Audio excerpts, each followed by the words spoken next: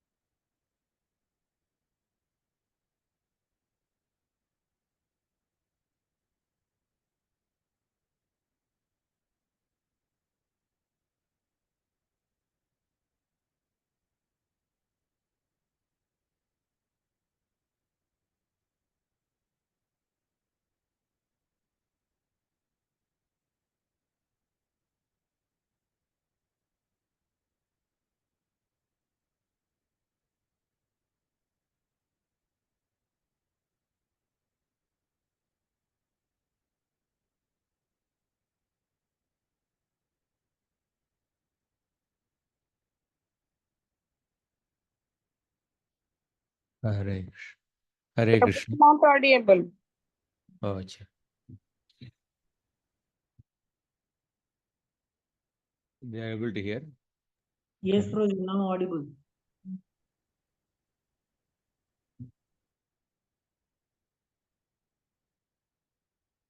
I'm very happy to meet all the devotees in NVCC Pune through the medium of Srimad Bhagavatam.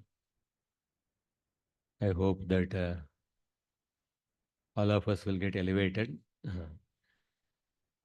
I see this not very qualified to speak definitely on Srimad Bhagavatam, but definitely Bhagavatam will elevate all of us. We will try to go through the shlokas in the Bhagavatam and go through whatever commentaries we can cover. Jiva Goswami or Vishnu Chakur Thakur, whatever commentaries we can cover, we'll try to go through the different words in the Srimad Bhagavatam. So in this particular 3 days, we are going to begin the 10th canto, 71st chapter. Lord Krishna entering Indraprastha, the capital of the Pandavas. So somebody will read the shloka. Shri Shuka Uvacha Yityutiritamākanya Devarsheruddhavo Bravīt Sabhyānāmatamāgnyāya Krishnasya cha Mahamatihi.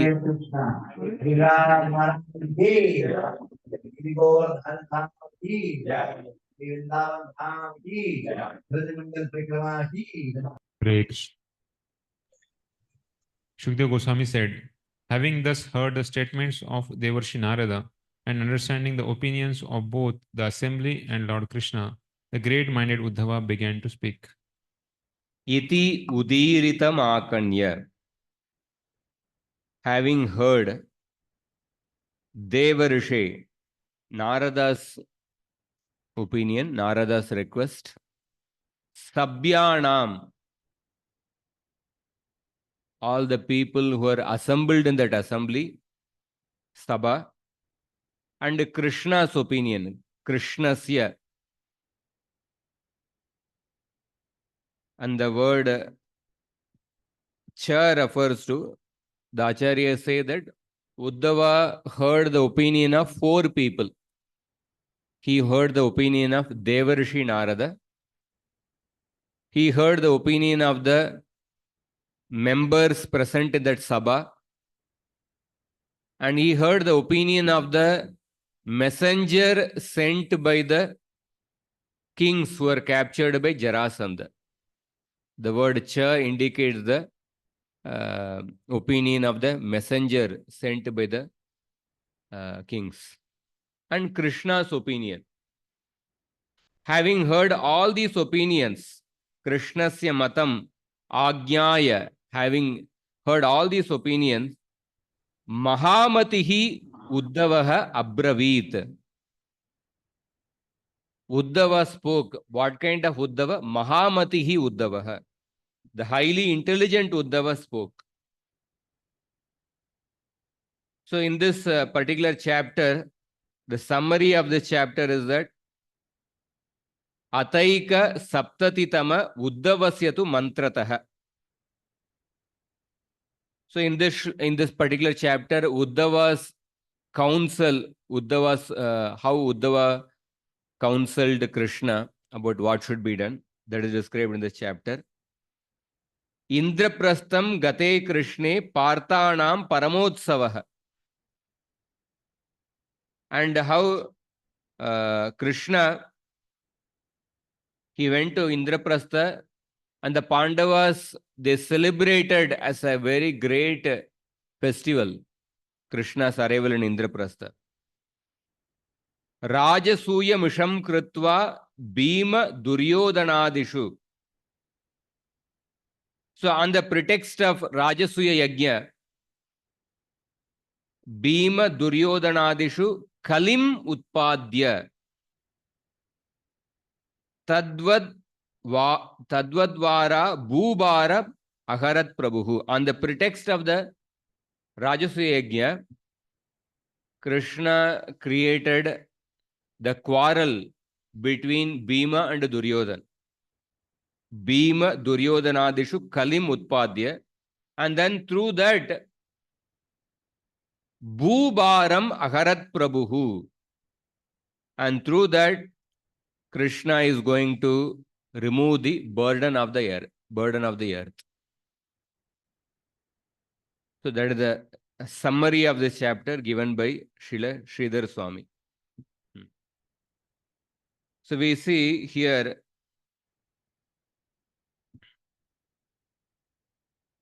Uddhava is considered as a Mahamati. Mahamati here means highly intelligent.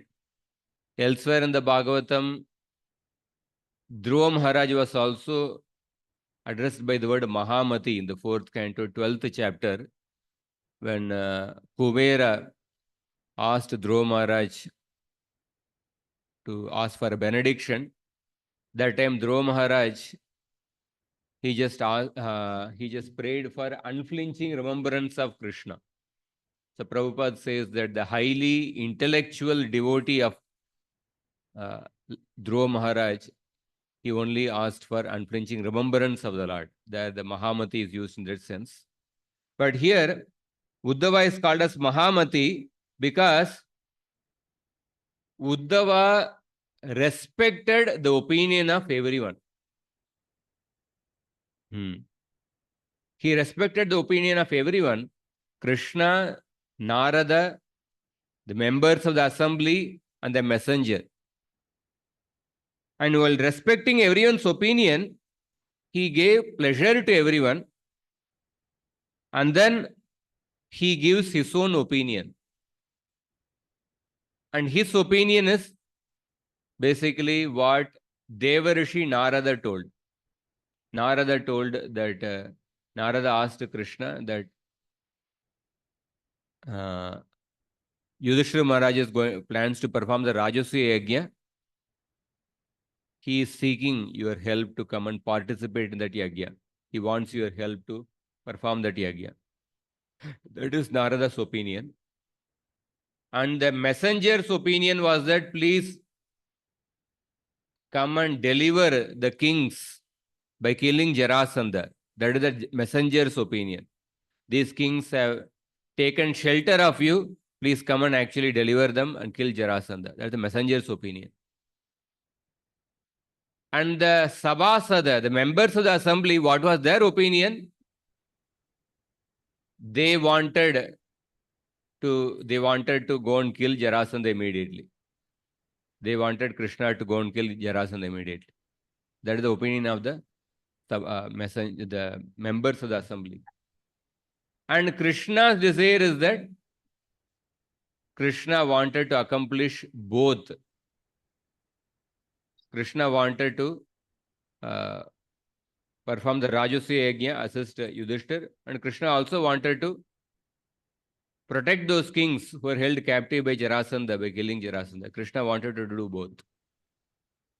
So these are the 4 opinions. And Uddhava is actually exhibiting his own opinion. Next shloka. So we saw in the previous chapter, Krishna was seeking the counsel of Uddhava. So I'll discuss something related to that and then we'll go ahead. Uddhava is considered as Vrishninam Pravaro Mantri, Krishnasya Daita Saka, Shishyo Brihaspate Sakshat Uddhavo Buddhi Sattama. Uddhava is considered to be the best counselor of the Vrishni dynasty and the beloved friend of Krishna. and he is a disciple of Brihaspati. In fact, previously in the third canto, Uddhava is recollecting this incident, this and other incidents where Krishna would ask take counsel from Uddhava. So Uddhava says that Krishna knows the past, present, and future. He is never obstructed by the time factor. Akundita Akundita Akanda Sadatma Bodha. So somebody who doesn't know the future or the past, he has to take a counsel from others. But Krishna knows the past, present, and future, so he doesn't need to consult somebody. But still, Krishna would take counsel from Uddhava as if he is bewildered, although he is never bewildered. And Uddhava says that, Priche Prabho Mugda Iva Apramattas Tanno Mano Mohavati Vadeva. And this act of Krishna is bewildering me. Like that, Uddhava is recollecting this incident after the disappearance of Krishna. Third canto, fourth chapter. We see that also Jarasandha is a personality.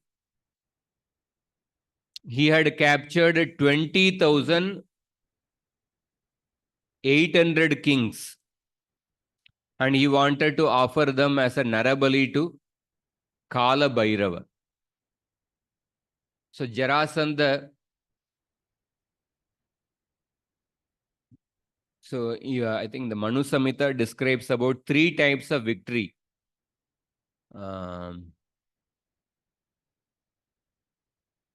Dharma Vijaya, Lobha Vijaya, and the third is Adharma Vijaya, I think. I would just names I have to recollect. But 3 kinds of victory. One is that a king would capture, defeat and capture a kingdom. After that, he would appoint his own person, somebody foreign to that particular kingdom, to rule that kingdom. That is, I think, Lobha Vijaya. And then there is Adharma Vijaya. He would not, a king, after capturing a kingdom, would not allow any of the local tradition to remain. He would completely impose only the foreign culture, foreign to that particular kingdom.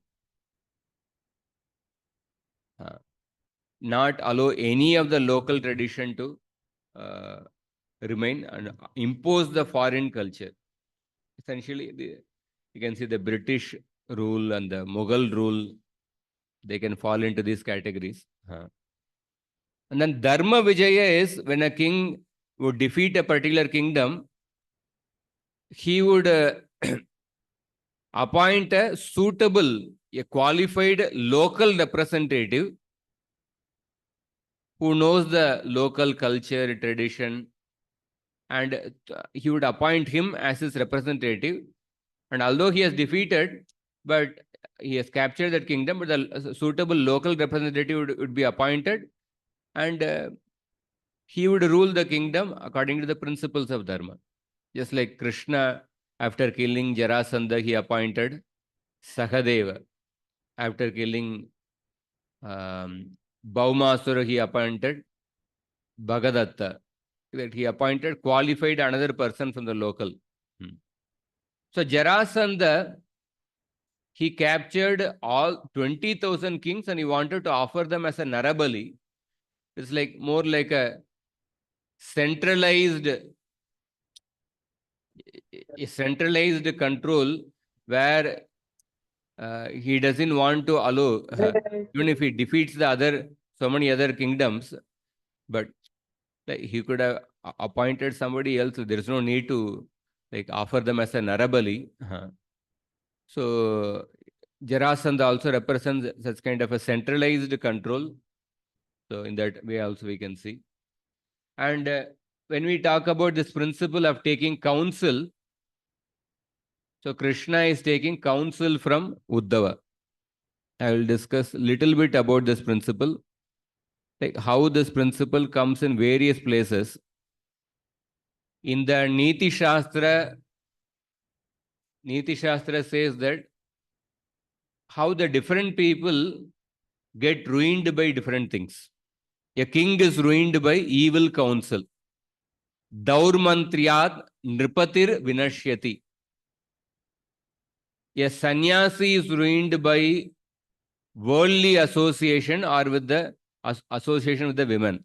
Sangat yatihi. Suto lalanad. A child is ruined by excessive pampering. Vipro anadyayanad. A brahmana is ruined by not regularly studying the Shastra. Kulam ku tanayat.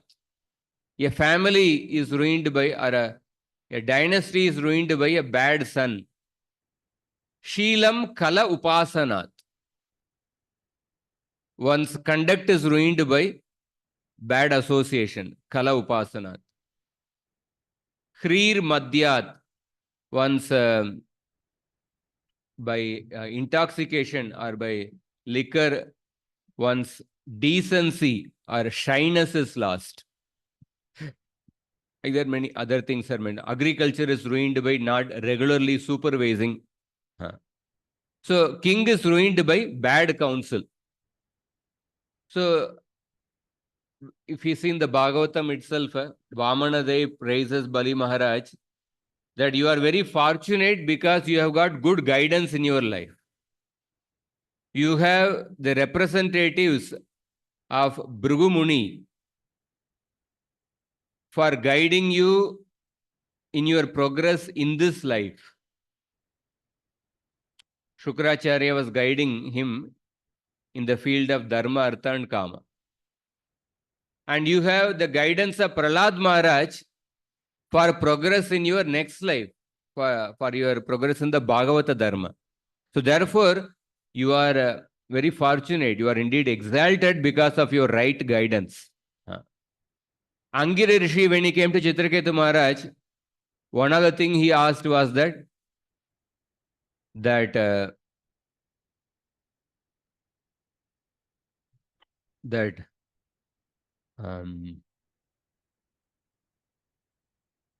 are you, he says that, are you getting proper guidance from your ministers? Something to that effect he asked. Are the 7 proper, the king is never alone, king is always with the ministers and other paraphernalia. Are you properly protected by your ministers? Similar, a king is always protected by the seven elements: his guru, his ministers, his kingdom, his fort, his treasury, his royal order, and his friends. So are you being properly protected by your ministers? Are your ministers giving proper guidance? In the Ramayana, we see that Dasharath Maharaj had a council of 8 ministers who would give guidance on different aspects. For example, so there was a minister called as so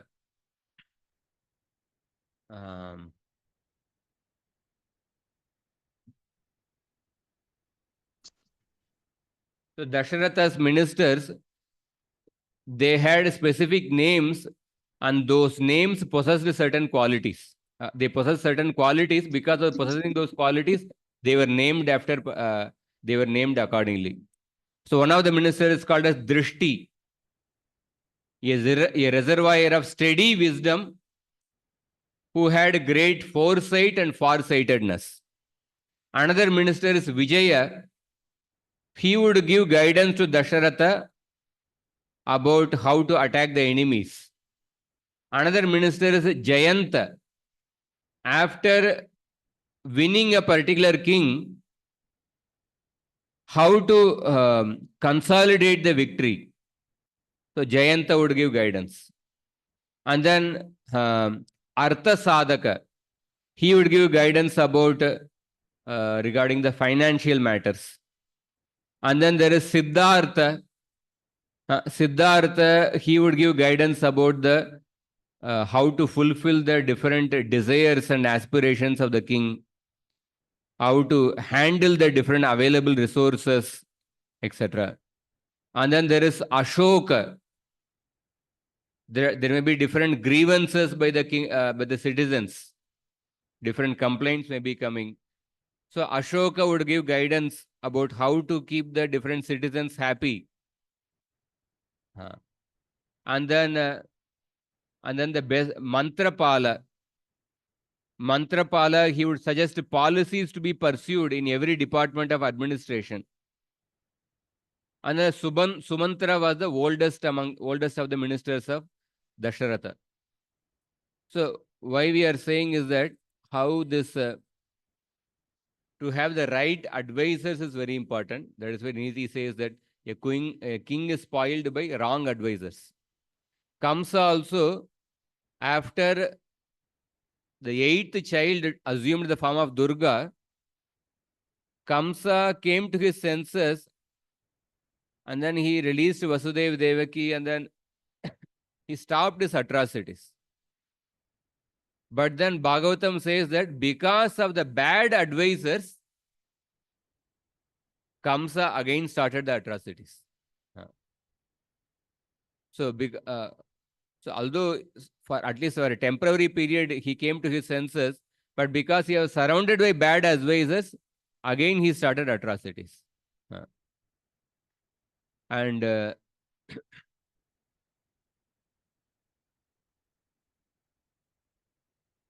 even in the Ramayana Yuddha Kanda, Ravana speaks about 3 ways of decision making: Uttama, Madhyama, and Adama. In the 3 ways of decision making, he says the first class person is somebody who deliberates about the future consequences of the action. He would himself deliberate, and he would also consult with like-minded, well-wishing friends and competent people. He would consult with them and then he would make a decision. This is first class decision making. Second class individual is somebody that he will never consult others, but from his side, he will contemplate on dharma. He will contemplate about the future consequences of the action. And then he would make a decision. Third class person, he simply makes a decision based on instantaneous emotions. Without thinking about the future, just based on emotions, he would make decisions. Without neither thinking oneself nor consulting others.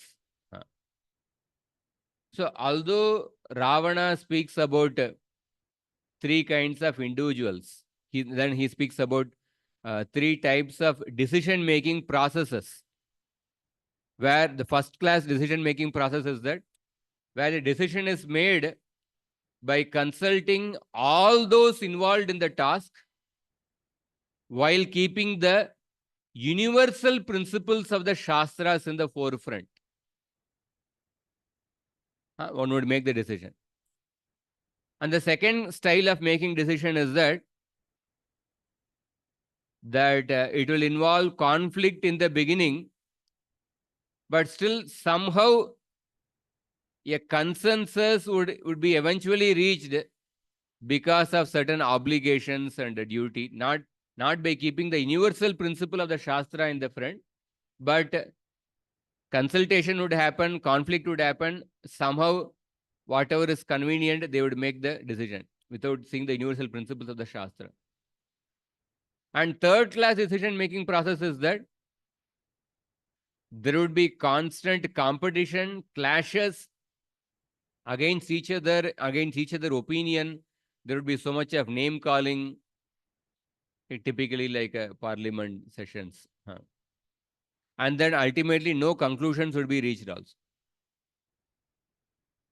So although the interesting point is that although Ravana speaks about all these three types of decision-making style, three types of individuals, but he never consulted anybody before kidnapping Sita.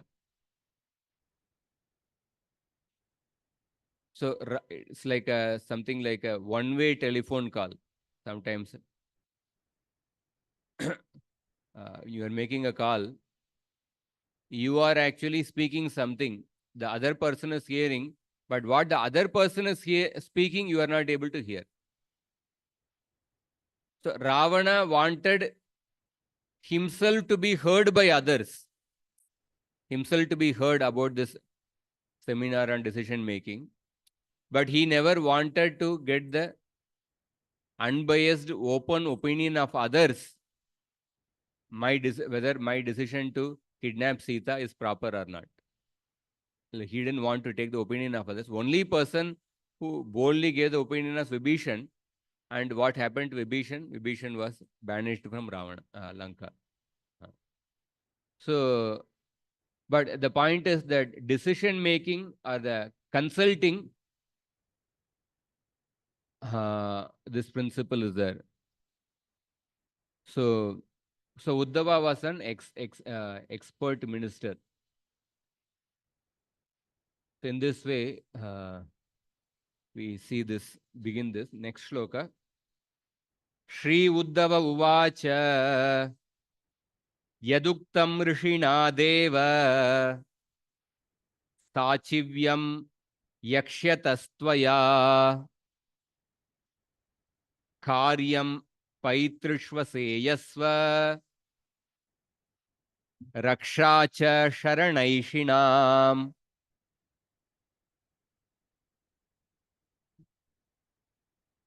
Somebody can read.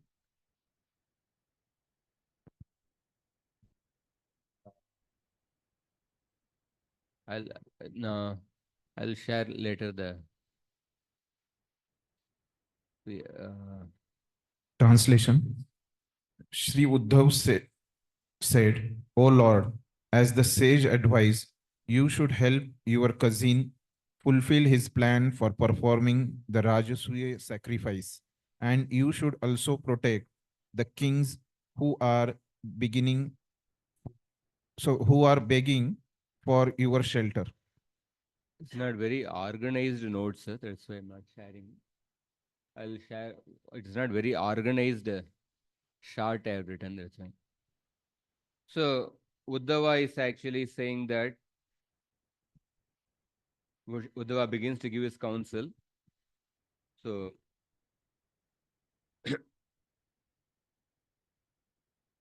Uddhava is saying that Rishina yad uktam.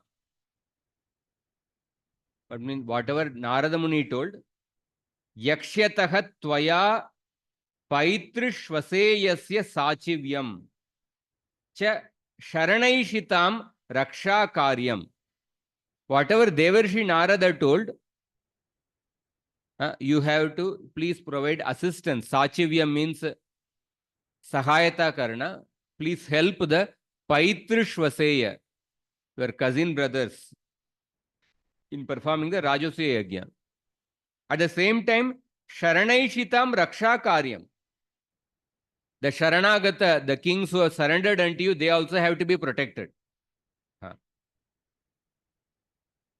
So, particularly Uddhava is mentioning the Devarshi Narada's opinion first. So therefore, Jiva Goswami, Uddhava is saying that first you perform Narada's opinion to assist Yudhishthira Maharaj in performing the Rajasuya Yajna. You do that first. It may appear strange because a much greater need is to protect the kings, because they are going to be killed by Jarasandha. So logically speaking, that first they need to be protected, and then one can go and assist in Yudhishthira Maharaj in performing the Rajasuya Yajna. But Uddhava is telling this thing, Narada Muni's opinion first. And then he is giving a reason. Yashtavyam Rajasuyena Dikchakra Jaina Vibho Ato Jara Sutajaya Ubayarto Mato Mama. Only one who has conquered all the opponents in every direction can perform the Rajasuya sacrifice, O Almighty One. Thus, in my opinion, conquering Jarasandha will serve both purposes. So Krishna, so Dikchakra Jaina. Dikchakra Jaina, only a person who has conquered the 10 directions. Rajasuyena Yashtavyam. Only such a person can perform the Rajasuya Yajna. Ataha Jarasuta Jayaha Ubayartaha Mama Mataha. So therefore, conquering Jarasandha, that will accomplish both the purposes. To give protection to the Sharanagati kings, the surrendered kings, and also assisting Yudhishthira Maharaj in performing the Rajasuya Yajna. So, Ubayartaha Mama Mataha. So, Krishna gives an objection that these kings, the messenger sent by them, they came first. And moreover, for them it is a life or death situation. So therefore, they have to be helped first. And assisting Rajasuya Yajna can also be done later. So in response to this, Uddhava is saying that in performing the Rajasuya Yajna, 10 directions have to be conquered. So therefore, for that, Yudhishthira Maharaj will have to conquer Jarasandha. You will have to kill and conquer Jarasandha.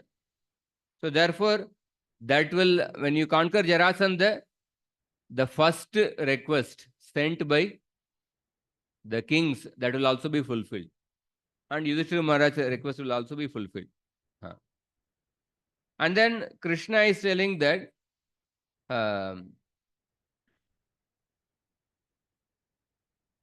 Yudhishthira, to kill Jarasandha is like to conquer Jarasandha through Yudhishthira is something very difficult.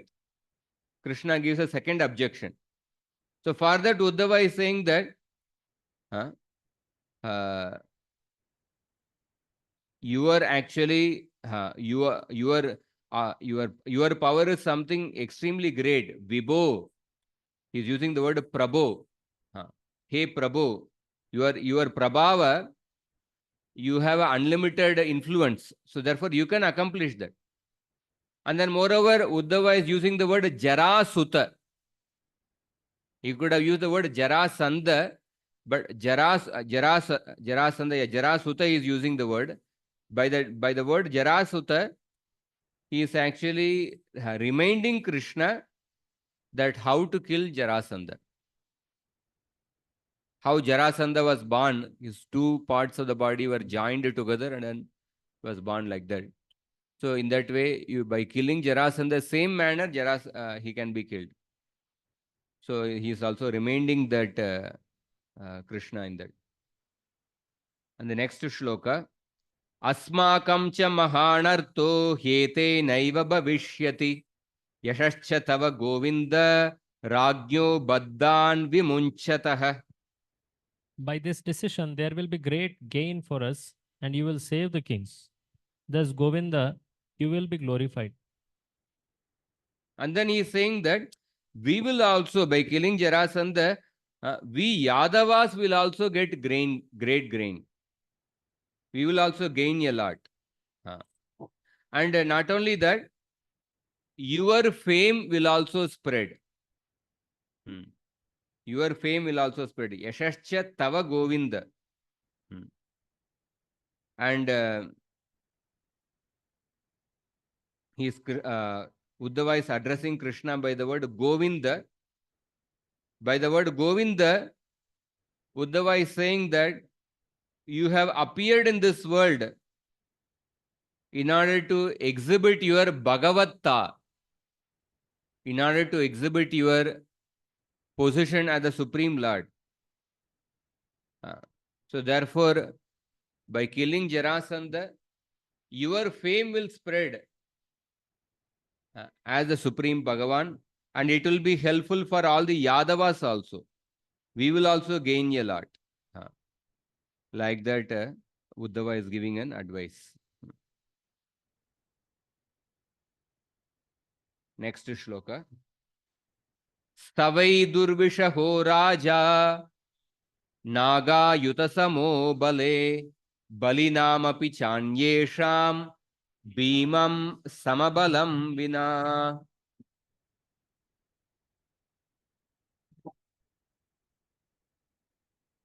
But you can read. This invincible King Jarasandha is as strong as 10,000 elephants. Indeed, other powerful warriors cannot defeat him. Only Bhima is equal to him in strength. Bale Nagayuta Samaha. Naga Ayuta Samaha. So Naga here means elephant. He has a strength of 10,000 elephants. Saha Vai Raja Samabalam Bhimam Vina Anyesham Balinam Apicha Durvishaha. Except for Bhima, nobody else can defeat Jarasandha. And Uddhava is telling that when I was learning from Brihaspati, I had studied Jyotisha and Agama Shastra from Brihaspati. And I had heard that Jarasandha's death will happen only through Bhima. And then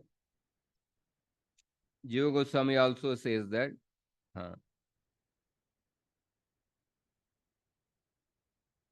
Durvishaha,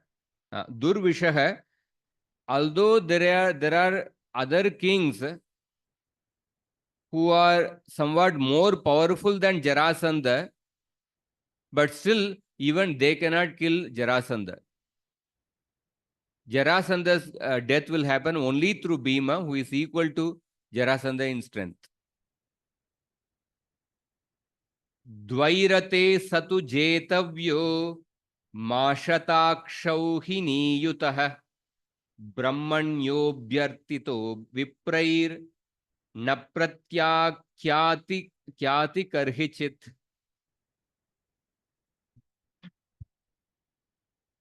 He will be defeated in a match of single chariots, not when he is with his 100 military divisions.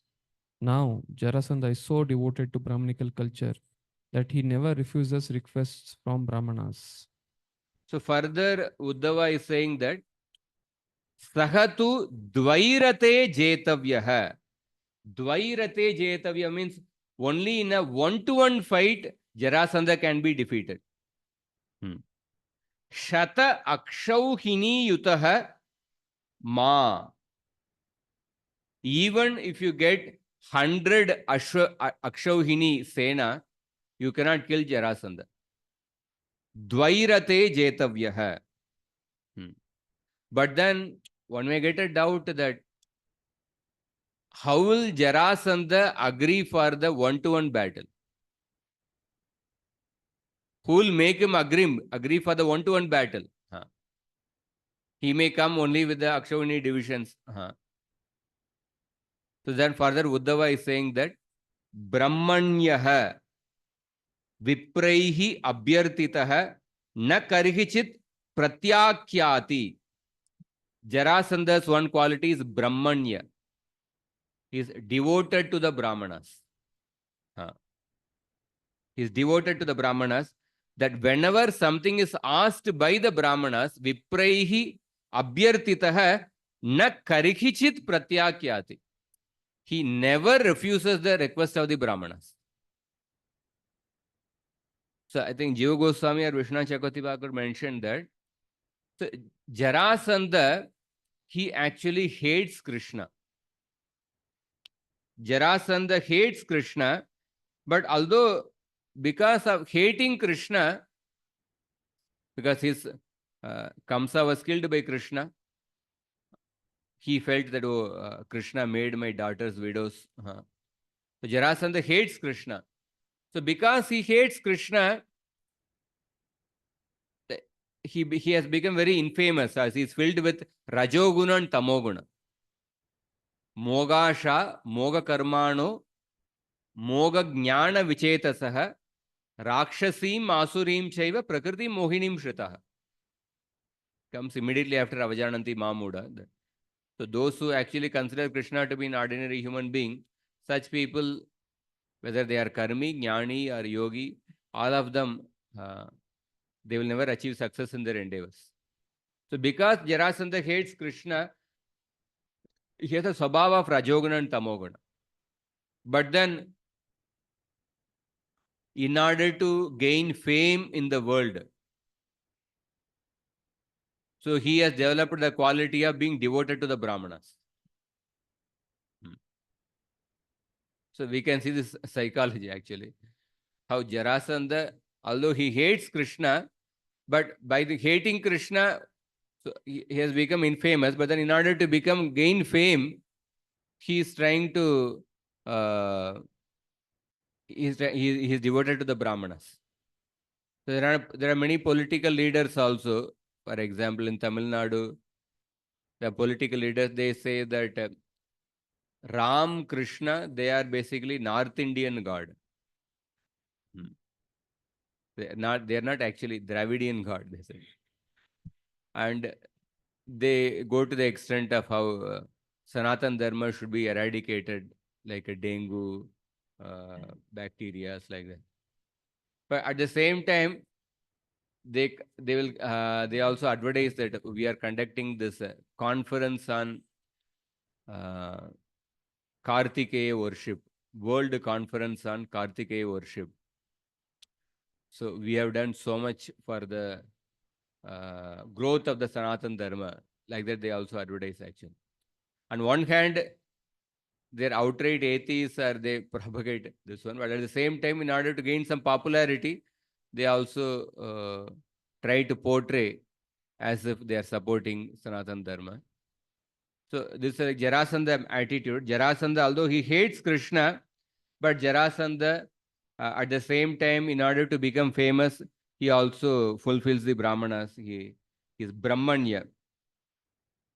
So therefore, Uddhava is saying that Jarasandha will agree for the one-to-one battle if you all go in the Vesha of a Brahmana, and then if you ask charity from Jarasandha, please give the charity of one-to-one battle. If Bhima goes in the dress of a Brahmana and asks for the charity of one-to-one battle, then he will agree. And then in that he can be killed. So he is mentioning the next shloka. Brahma Vesha Dharo Gatva Tam Bhiksheta Vrukodaraha Hanishyati Na Sandeho Dvairate Tava Sannidau. Brahma Vesha Dharo Gatva. Dressed as a Brahmana, you ask for charity from Jarasandha. Vrukodaraha. Vrukodaraha Hanishyati Na Sandeho. Vrika Udaraha. Vrika means Simha, lion. Vrika Udaraha. One who has a Udara like a lion.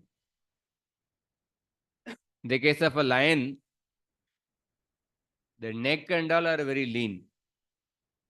But the Udara is huge for a lion. So Bhima is called as Vrikodara because he also has a Udara like a lion. Very powerful.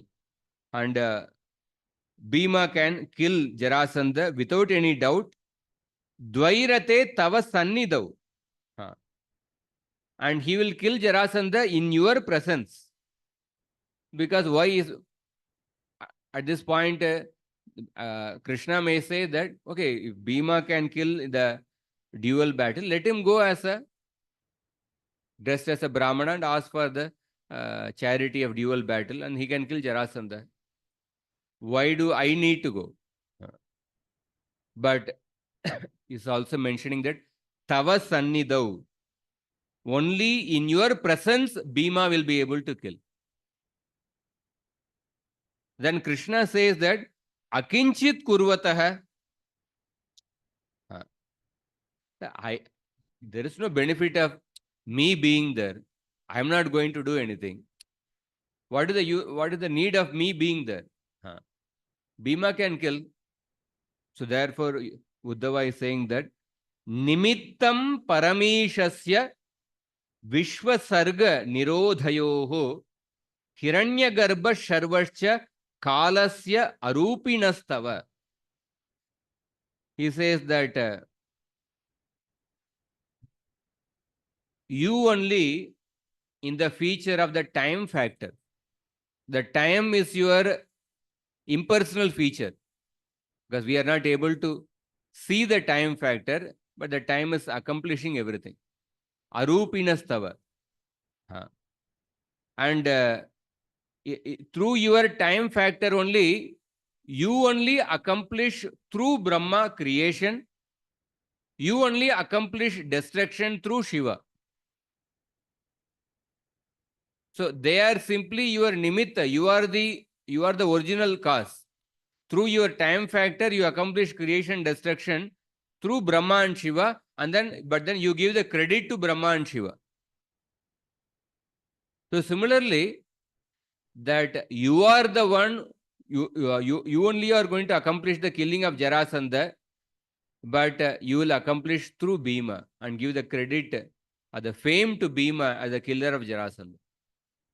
So therefore, Rupa Goswami, in the 64 qualities of Krishna, the 27th quality he mentions is that Dhritiman. Dhritiman means there are two aspects. Purna Sprudha, one who is fully satisfied in all desires. Another aspect is that Shantascha Shobha Karane, not being agitated even when there is even in the presence of many causes for agitation. So both these aspects of Dhritiman were exhibited by Krishna in the episode connected to the Rajasuya Yajna. The first aspect, Purna Sprudha, how he is fully satisfied in his desires. Because Krishna is fully satisfied in his desires, Krishna gave the fame of being the killer of Jarasandha to Bhima. So somebody generally, when a person is not satisfied internally, then it becomes difficult to empower others actually. That person will get the credit. It will be difficult to empower others, or because the fame will go to the other person. But because Krishna is fully satisfied, because Jarasandha was such a powerful warrior, to be known as the killer of Jarasandha was such a great fame, but Krishna gave that fame to Bhima. And the second aspect, how not being agitated when there is so much of reason for getting agitated, Krishna exhibited this quality in when Shishupal blasphemed Krishna so many times in the Rajasuya Yajna, but still Krishna, there was not even a single vikara in the face of Krishna. When the different people were glorifying Krishna in the Rajasuya Yajna during the Agra Puja, at that time also the sages could not see any vikara, any transformation in the face of Krishna. And Krishna also, there was no single vikara when Shishupal was blaspheming Krishna. So, Rupa Goswami is quoting these incidences. 12 o'clock, 1 o'clock.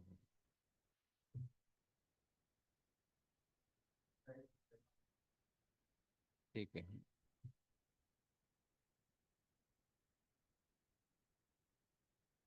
ठीक है. Then 9th shloka.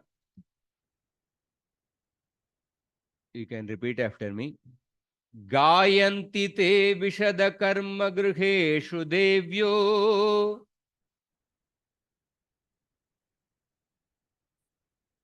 Ragyam Svashatruvadamatma Vimokshanam cha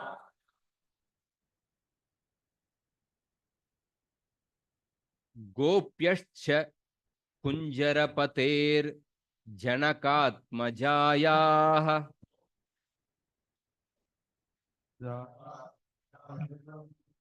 Pitroscha Labdasharana Munayo Vayam cha. Hare Krishna.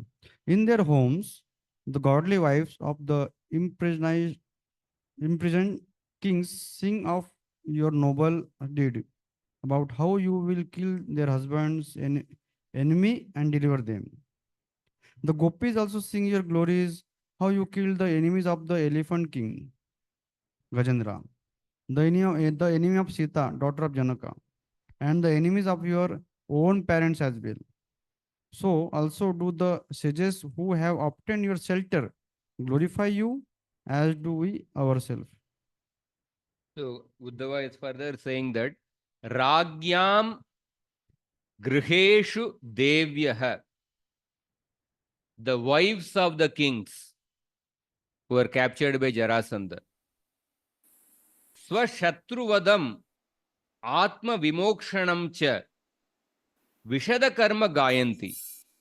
The wives of these kings, they will sing of your glories. They are already singing of your glories. The wives of the kings, they are actually telling the children that don't worry, your father will be protected by Krishna. Krishna will. Hare Krishna. So yeah, Krishna will kill Jarasandha and Krishna will protect your fathers and they will come back. They are already singing your glories, or they will sing your glories. And then Uddhava is saying that Gopyahacha, just like the gopis, when they were captured by Shankachuda demon, at that time they were suffering in separation from Krishna. At that time the gopis were pacifying each other. Krishna will come and protect us. Krishna will kill Shankachuda. Similarly, the wives of these kings will also sing your glories. And Gopyahacha Labda Sharana Munayaha Kunjara Patehe. There are many munis, the Atma Rama munis. They also sing your glories. How you actually released Gajendra from the jaws of crocodile, and how you released Vasudev and Devaki from the clutches of Kamsa by killing Kamsa. And they sing, your many munis and your Dasya Bhaktas, they sing that how you released Sita from the clutches of Ravana. So similarly, if we, by accomplishing this killing of Jarasandha, your fame will be sung by all these people. Like that, Uddhava is saying.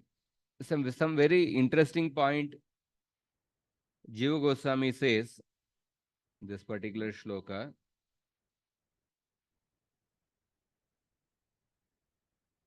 So Jiva Goswami says that Uddhava is encouraging Krishna. In order to encourage Krishna, that Uddhava is telling that all these people are singing your glories, or they will sing your glories. And here, Uddhava has mentioned many examples. Wives of the kings, gopis, and the munis. Like how Krishna released different people, how Krishna released Gajendra, how Krishna released Vasudevan Devaki, Krishna released Sita.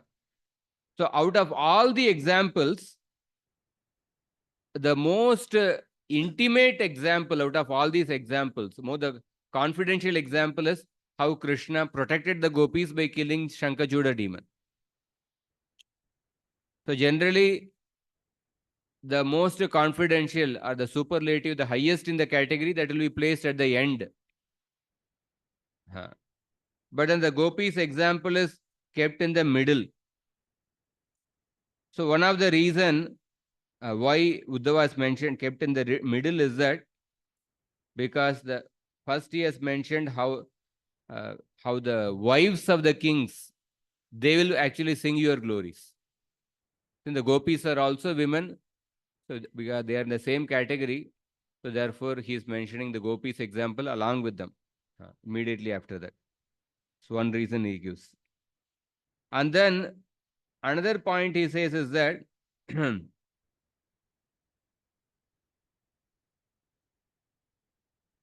that why Uddhava is suddenly giving the name of the mentioning the gopis, that how the gopis actually sing your glories as the killer of Shankachuda.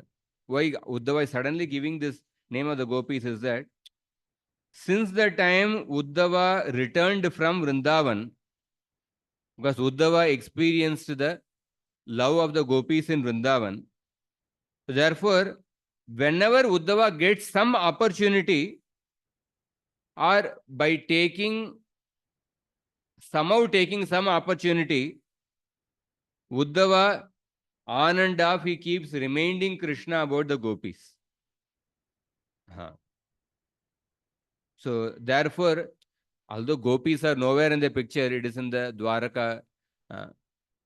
Gopis are nowhere in the picture, but Uddhava is actually, because he has experience of being in Vrindavan, and he experienced the association of the gopis. So therefore, whenever he gets opportunity, even if there is no context only, somehow he brings the example of the gopis to remind Krishna about the gopis. So these, the internal mood of Uddhava are mentioned by the Acharyas actually. And then, so Uddhava is telling that, like, you are giving protection to so many people in this world. But then, why don't you remember the sufferings of the gopis? So in that way, Uddhava is actually mentioning the name of the gopis here. So that is one purpose. Next shloka. Jarasandavada Krishna Buryarta Yopakalpate Praya Paka Vipakena Tava Chabimata Kratuhu. O Krishna, the killing of Jarasandha, which is certainly a reaction of his past sins, will bring immense benefit. Indeed, it will make possible the sacrificial ceremony you desire.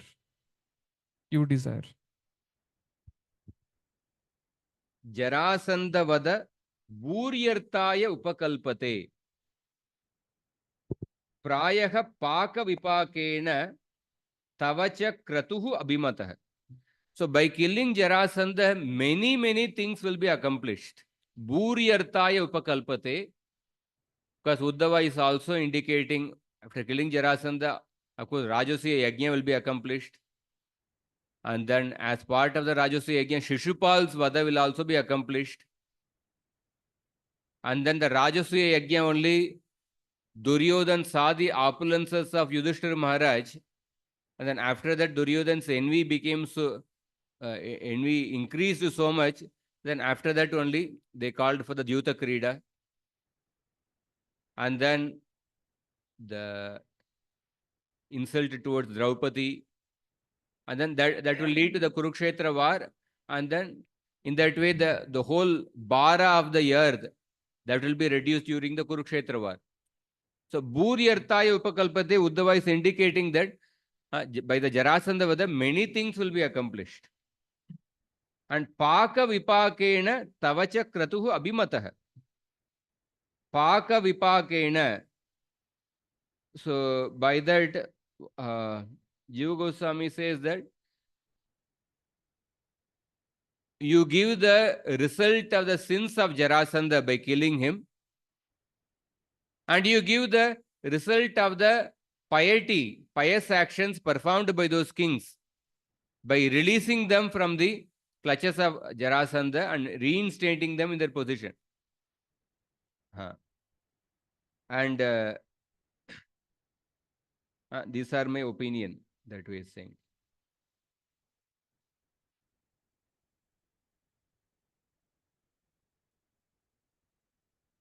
And then he says, and then at this point, Shukdev Goswami, so with this 10th shloka, to the 10th shloka, Uddhava gives the counsel. And then Shukdev Goswami says, Yit Uddhava vacho rajan sarvato badramachyutam devarshir yadu vriddascha krishnascha pratyapujayan.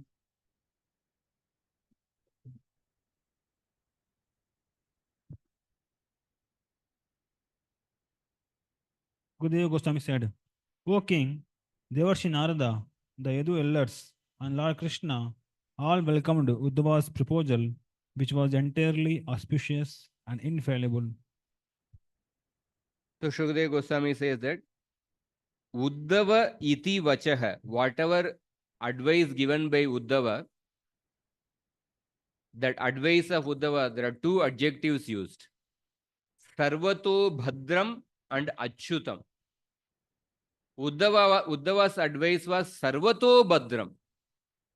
Sarvato Bhadram, from all points of view, it was a beneficial advice to all the parties concerned from all points of view. Sarvato Bhadram and Achyutam, an infallible advice or without any mistakes.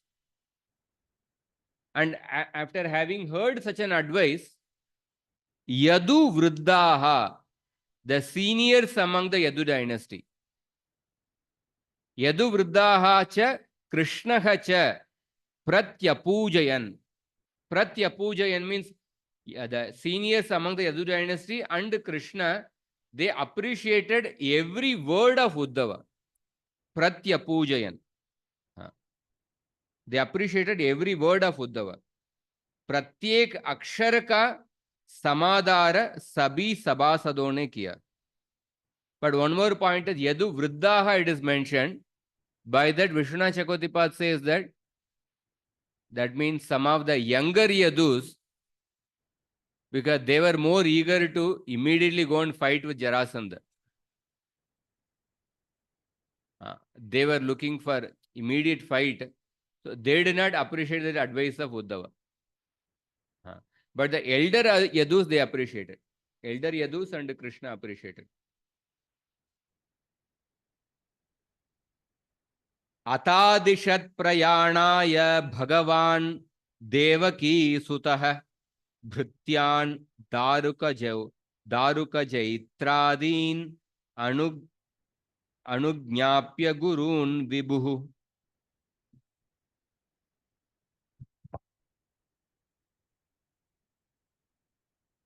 The Almighty Personality of Godhead, the son of Devaki, begged his superiors for permission to leave.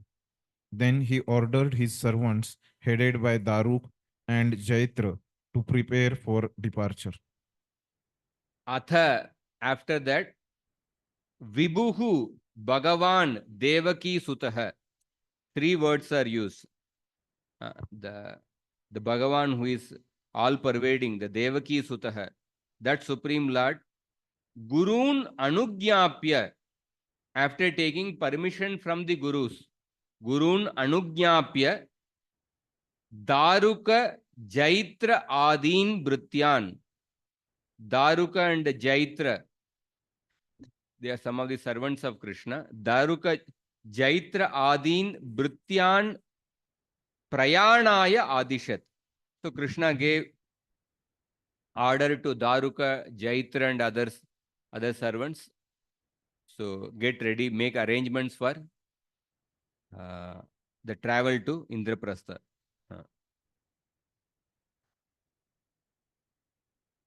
So now from the next shloka,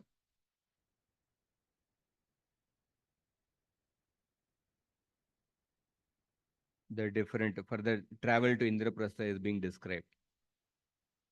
Nirgamaya varodan swan sasutan saparichadan sankarshanam anugyapya yadurajam cha shatruhan sutopaneetam swaratam aruhad garudadvajam.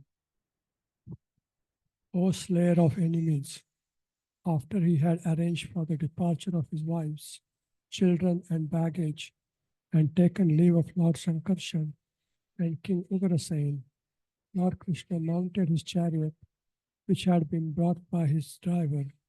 It flew a flag marked with emblem of Garuda.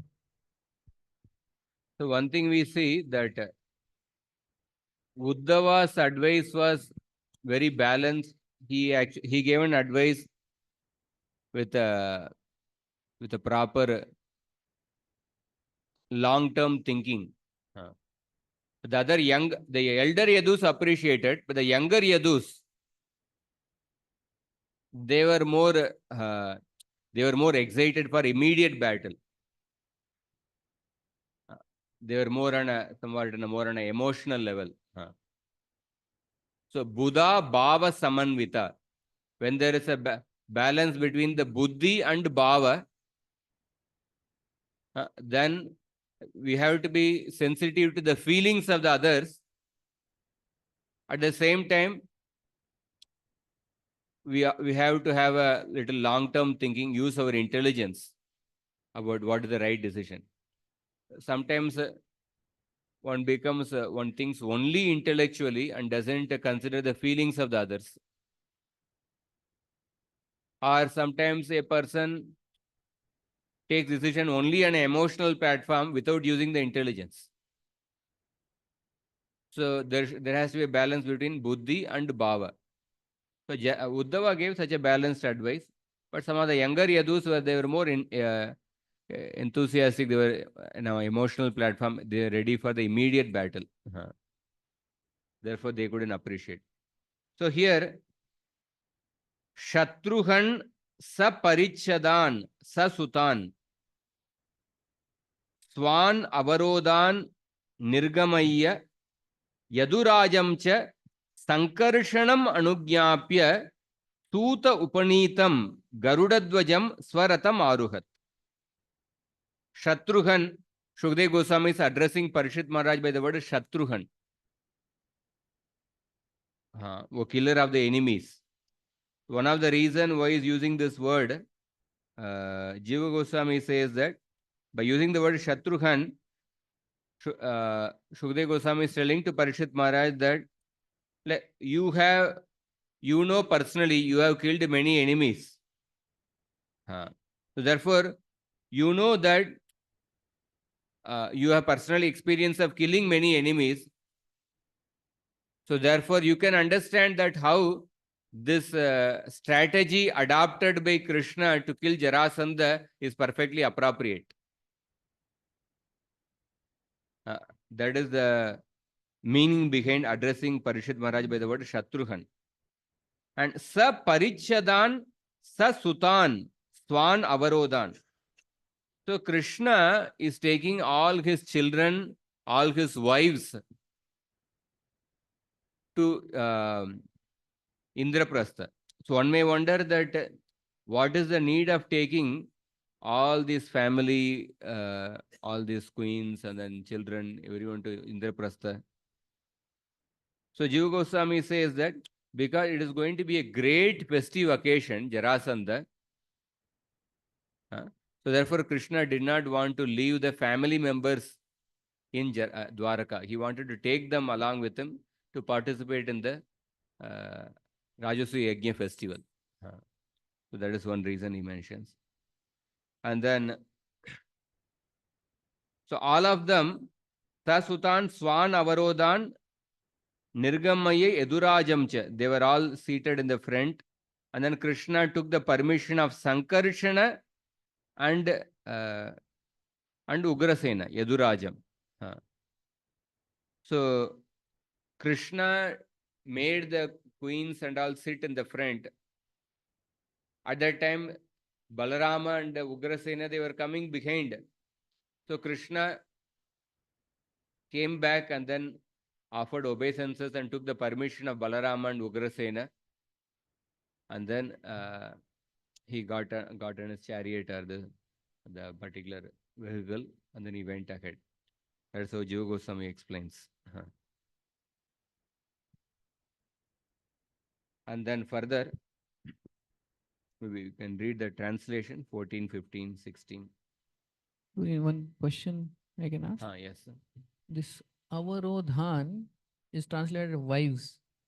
So this comes from Avarodha or something? Obstacle? Avarodha. What is meaning? Avarodhan. Yeah, Avarodhan is translated as wives. So Queens, actually. what is meaning of Avarodha? Avarodha. That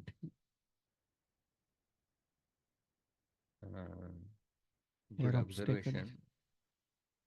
Avarodha.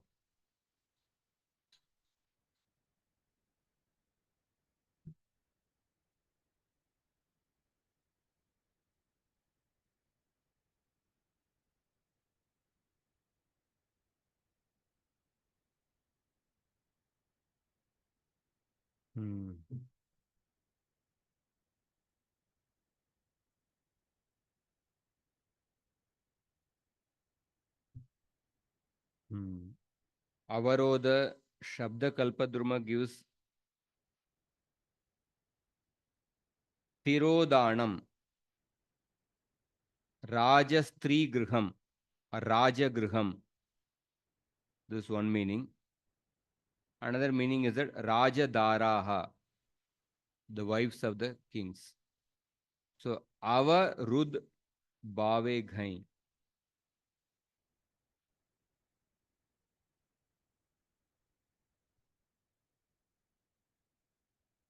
Okay. Their king's wives. See, because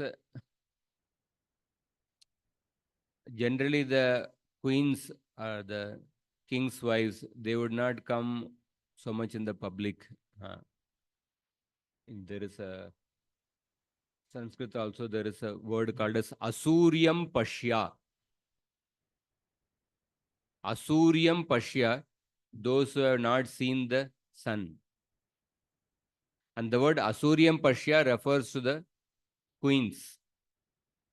Many times the queens, they would not come out of the palace. They would be confined to the inner chambers. In order to indicate them, the word Asuryam Pashya, it comes in the Panini Vyakarana. Similarly, Avarodha here, Avarodha,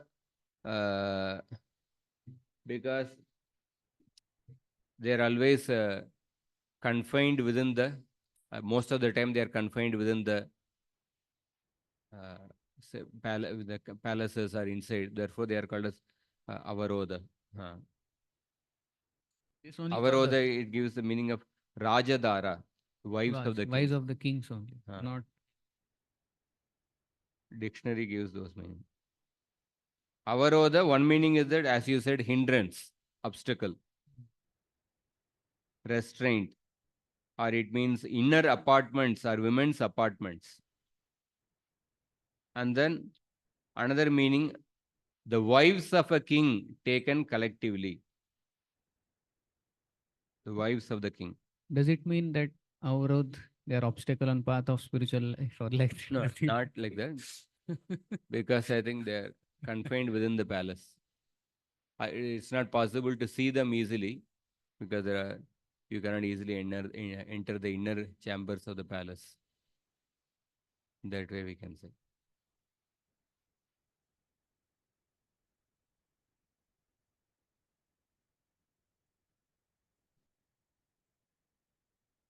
Should I read? 14. As the vibrations resounding from mridangas, bheris, kettle drums, conch shells, and gomukhas filled the sky in all directions, Lord Krishna set out on his journey. He was accompanied by the chief officers of his corps of chariots, elephants, infantry, and cavalry, and surrounded on all sides by his fierce personal guard.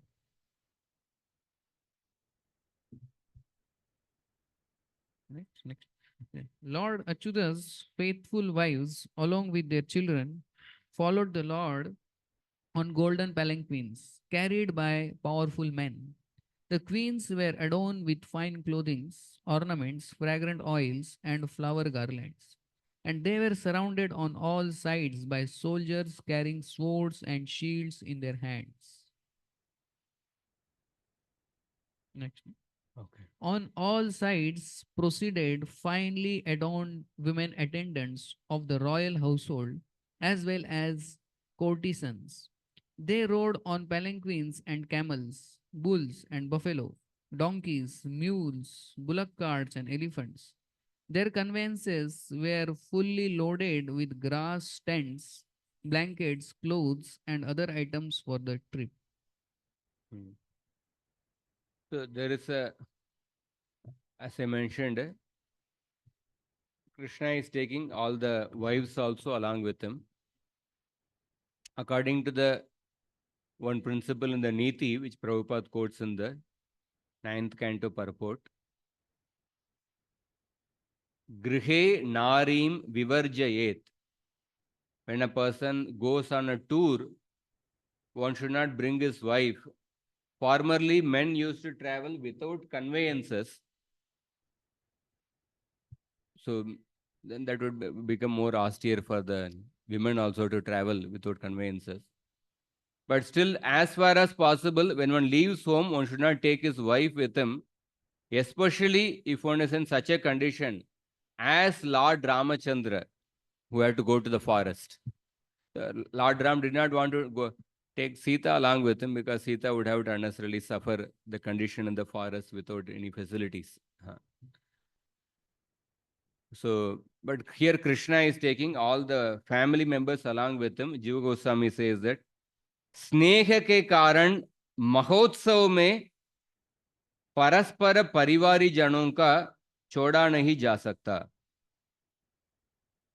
Because of great affection towards them, and there's going to be a great festival in the Indraprastha, he didn't want to leave the family members in Dwaraka. And then in the 15th shloka, the word Achyuta is mentioned. In relation to that, Jiva Goswami says that Achyuta here indicates that Krishna was present with every queen personally. Achyut कहने का तात्पर्य है कि सभी रानियों में प्रत्येक के साथ आगे आगे श्री कृष्ण की स्थिति थी. Krishna was there personally with all the queen's.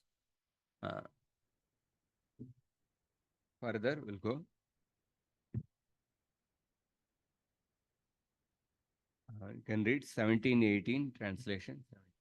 The Lord's army boasted royal umbrellas, chamar fans, and huge flagpoles with waving banners. During the day, the sun's rays reflected brightly from the soldiers' fine weapons, jewelry, helmets, and armor. Thus, Lord Krishna's army, noisy with shouts and clatter, appeared like an ocean stirring with agitated waves and Timingala fish. Honored by Sri Krishna, the chief of the Yadus, Narada Muni bowed down to the Lord. All the Narada's senses were satisfied by his meeting with Lord Krishna. Thus, having heard the decision of the Lord and having been worshipped by him, Narada placed him firmly within his heart and departed through the sky. So, it's a beautiful analogy given. So, Krishna was going with his Chaturangi Sena, and because of the sun's rays were falling on the armors and the different weapons of these soldiers. And the whole scene appeared like the ocean which is agitated by the waves of the Timingala fishes. So there's a beautiful description which is given. And then Ato Munir Yadupatina. After that, Yadupatina Sabajitaha. Tat Vyavasitam Nishamya Ahrita Arhanaha Mukunda Sandarshana Nirvrita Indriyaha Munihi Pranamya Tam Hridi Vidadat Vihayasa. Narada Muni, after taking permission from Krishna, with a great happiness of having taken darshan of Krishna, Narada Muni after offering obeisances to Krishna, keeping Krishna within his heart, he disappeared through the Akasha Marga, Vihayasa. Rajaduta Muvachedam Bhagavan Prinayan Gira Ma Baishta Duta Bhadram Vo Gatayishyami Magadam. So Shukadeva Goswami is also saying that Bhagavan Rajadutam Gira Prinayan. So the messenger who came on behalf of those kings, Krishna pacified them. That do not worry, I will definitely protect these kings. Badram Vaha Magadam Gatayishyami. I will kill the Magadam, means the Magadha Raja. I will kill Jarasandha. So here Vishwanath Shukadeva Goswami is telling that Krishna, who is the ocean of mercy and who is the protector of the surrendered souls, Krishna, and remembering the sufferings of these kings, with a choked voice is speaking this. Shri Shukane, Shri Bhagavan ki Parama Daya Samudra Rupata एवं ऐसी शरणागतों की रक्षा करने की व्रत परायणता का स्मरण कर गदगद होकर कहा. With a choked voice, Krishna is telling that, please do not worry, I will kill Jarasandha. In fact, in the Bhakti Rasamrita Sindhu, again note this, but one of the 64 qualities of Krishna, Rupa Goswami mentions Krishna's quality of compassion. For compassion, Rupa Goswami gives two examples. One example he gives is these kings who were held captive by Jarasandha.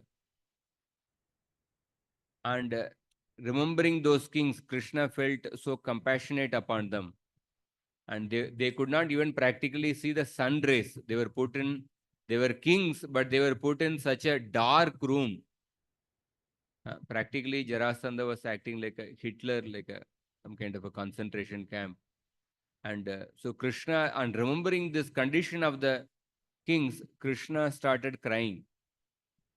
Another example he gives is that the condition of Bhishma in the battlefield of Kurukshetra. When Bhishma was remembering Krishna on the bed of the arrows, Krishna started crying for Bhishma. So therefore, Rupa Goswami says that devotees, instead of praying to Krishna, they pray to the compassionate feature of Krishna, and that is Srimati Radharani. So this incident is also quoted here. Shukadeva Goswami is saying that Krishna is speaking these words to that messenger in a choked voice, that I will come and protect, I will kill Jarasandha. Ityuktaha prastito duto yatavad avadan nripan tepi sandarshanam shauraihi pratyakshan yan mumukshavaha. Iti uktaha. After saying this, prastitaha dutaha. So that messenger had gone. Yatavat nripan avadat. So that messenger went and relayed the message to the kings, whatever Krishna told. Yat mumukshavaha. So all these kings were desiring liberation from the clutches of Jarasandha. Te api shauraihi sandarshanam pratyakshan. So all these kings were expecting or waiting for that moment where they can take darshan of Krishna. They were just awaiting that moment. Shauraihi sandarshanam pratyakshan. Next shloka. Yes.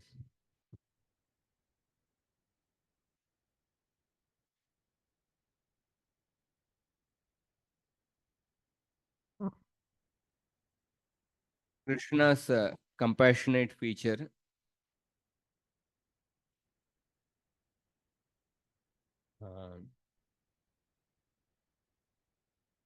the Krishna's compassionate nature, Srimati Radharani is even more merciful than Krishna.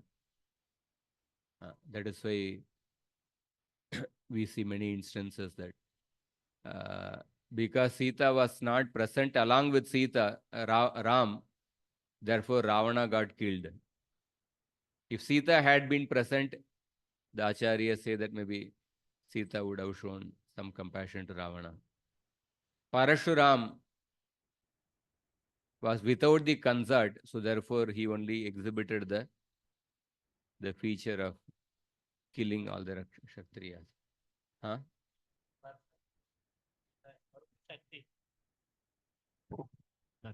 So the person Krishna and his Swarupa Shakti and these qualities are all his internal, if you see that coming from that.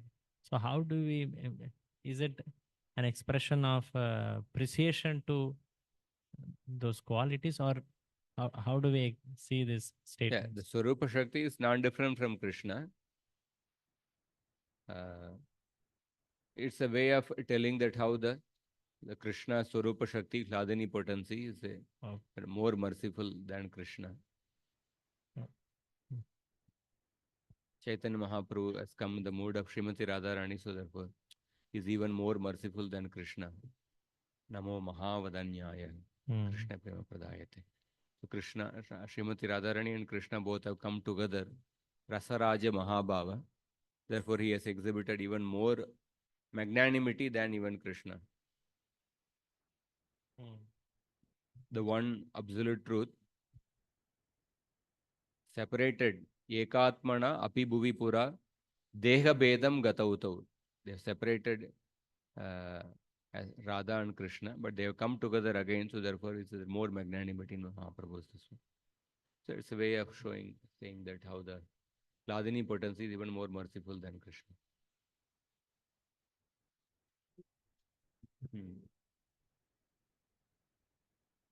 We hear in the Prabhupada book that in Germany, the ladies, they went and prayed to God that please save our husbands and brothers. Prabhupada writes in the books. And then their husbands and brothers were not saved and they were killed. So then we hear that because they did not ask before fighting, that shall we fight this war or not? We hear the reason for this. Which ladies? Prabhupada gives example how this in Germany, some some ladies, they went and prayed in a church. That, oh God, please save our brothers and husbands. And then they were not saved and they were killed. And then they became atheist. So here means many times people go away from the God consciousness because of this feature. Also they see that God does not protect. And here we see that Krishna is really protecting them. So can you just elaborate upon this thing? Here Krishna is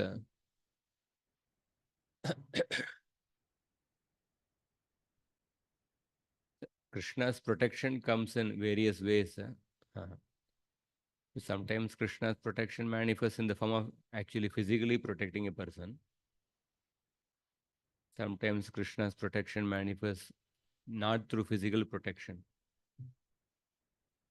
So even in that condition, a faithful devotee continues to remain chaste to Krishna. Here ladies are saying to their children, don't worry, Krishna will protect your father. Means they are also the queens and their husbands have been caught, 20,800. So they are saying, so if anything happens like that, if they are not protected, just think about. So then they will. Achha. Means just so. Yeah, they are mature ladies, then they still they would explain to the children. They would explain to the children. But they had a faith in Krishna that Krishna will protect them. So they are pacifying the children. Children at that time,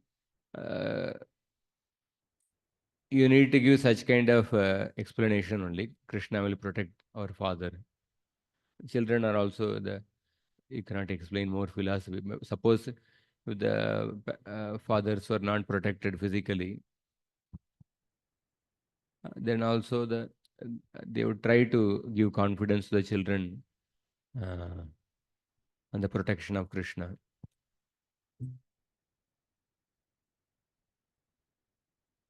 So at that moment, when the children are asking when the father will come, so they had to give such kind of answer definitely, and they also felt that Krishna will protect them.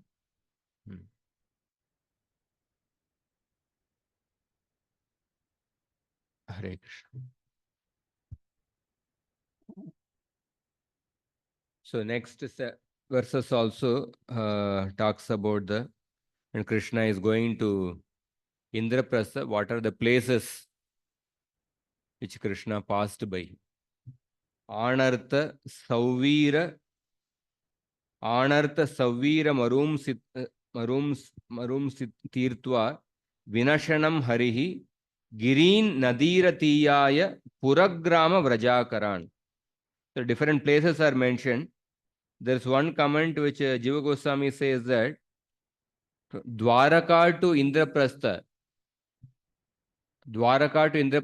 on the way, Vinashanam refers to Kurukshetra, Panchala refers to Punjab. Kurukshetra, Punjab, they don't come on the way from Dwaraka to Indraprastha. But still, Krishna went through those places because he wanted to give his association mercy to the devotees during living in those places. Therefore, he took this opportunity to give his association to mercy to those devotees living in those places. This thing Jiva Goswami adds. Tato drishadvatim tirtva mukundo saraswatim panchalanata matsyamsha shakraprastam atagamat. So Drishadvati is a particular nadi. I do not know which nadi. Drishadvati and Saraswati. Krishna crossed these rivers and then he went to Panchala, Matsya Desha, and then he reached Indraprastha.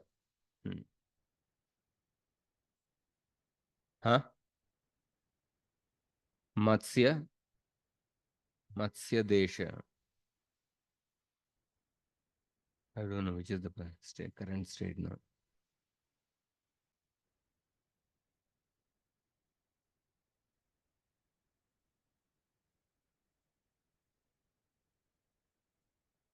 Tam upagatam akanya prito durdarshanam rinam ajata shatrur niragat sopadhyaya suhrudvritaha.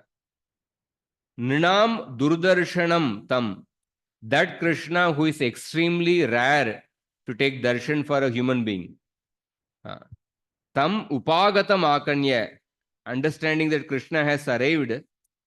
Pritaha sa upadhyaya suhrudvrita niragat.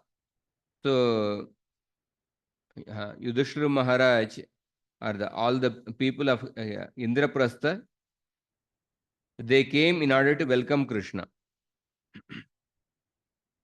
Can read 24-25.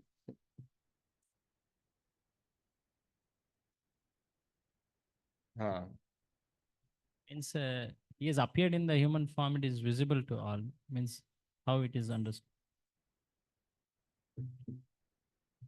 No,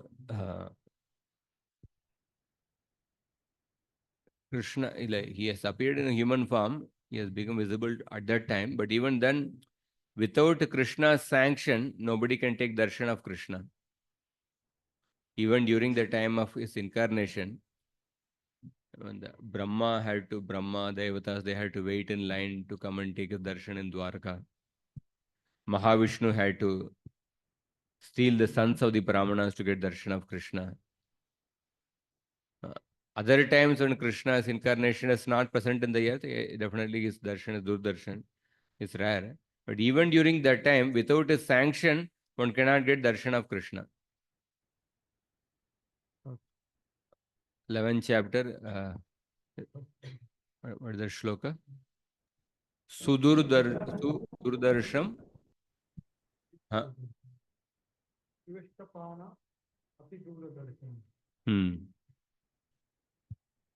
11th chapter also. Sudur. That was So Nrinam Durdarshanam Tam. So along with the different Veda Gosha and the different instruments, Saha Rishikesham Adritaha Abhyagat. Iva Pranaha Pranam. The Pandavas headed by Yudhishthira Maharaj, they came to welcome Rishikesha. So Rishikesha has an interesting meaning here, the 24th shloka. Rishikesha, Kesha means hair. Rishikesha, the meaning here is that Krishna's hair was shining. Krishna ke kesh किरणों के समान चमक रहे थे. Krishna's hair was shining like a sun rays. Or although Krishna was far, at a little far distant, because of his effulgence, people were able to perceive the effulgence of Krishna even from a distance, because Krishna's hair was shining like the rays of the sun. Or another meaning of Rishikesha is that person who can bring all the senses under his control. So therefore, when Krishna arrived there, all the people present there, they were attracted to Krishna. They came to welcome Krishna with all the musical instruments. So pranaha pranamiva. Pranaha pranamiva adritaha. Pranaha pranamiva. So the pranaha refers to the indriyas. Pranam refers to the life here. Just like all the indriyas, all the senses, they are eager to be united with the life here. Suppose somebody becomes unconscious, the life here has left the body. And then after some time the life here comes, so all the indriyas, they again, because the life here has come back to the body, all the indriyas, they welcome the life here. So similarly, for the Pandavas, Krishna was their life here. So they welcomed Krishna. So the word pranaha pranam iva. The word iva should be, iva means tat sadrishye sati, tat binnatve sati, tat sadrishyatvam. Tat binnatve sati, tat sadrishyatvam means although being different from something, but there is some common quality. That is what iva. So sometimes Iva word is an indication of a Utpreksha Alankara. Utpreksha Alankara is used by, is indicated by many words. One word is Iva. Tad binnatve sati tat sadrishyatvam. Sometimes in certain shlokas, because the word Iva, this meaning is not, many places it is translated, but sometimes this meaning of this Iva, this Alankara is not captured in the translation, English translation or something. Because of that, sometimes a wrong conclusion is also brought out. So pranaha pranamiva adritaha. Drishtva viklinna hridaya krishnam snehena pandavaha chirad drishtam priyatamam sasvajeta punapunaha. So seeing Krishna, snehena pandavaha. So Yudhishthira Maharaj with a choked up heart, seeing his priyatama Krishna, his dearest person Krishna, after a long time, chirad drishtam puna sasvaje, again and again he embraced. So there are 3 points mentioned by Jiva Goswami. Krishna's natural personality is that he naturally attracts everyone's hearts. Krishna means all attractive. And the second point is that for Yudhishthira Maharaj, Krishna is the dearmost person for Yudhishthira Maharaj. And third is that, and Yudhishthira was in separation from Krishna for a long time. After a long time, he is meeting. So then how much Yudhishthira must have was eager to meet Krishna, therefore he embraced Krishna again and again. And then next two shlokas, we'll recite together. Durbhyam parishvajya ramamalalayam mukunda gatra nripatir hata shubah lebe param nirvritimashrulochano krishyattanurvismritaloka vibramah tammatulayam parirabhya nirvrito bhimasmayan prema java kulendriyah yamau kiriti cha suhruttamam muda pravriddha bashpa parirebire-chutam.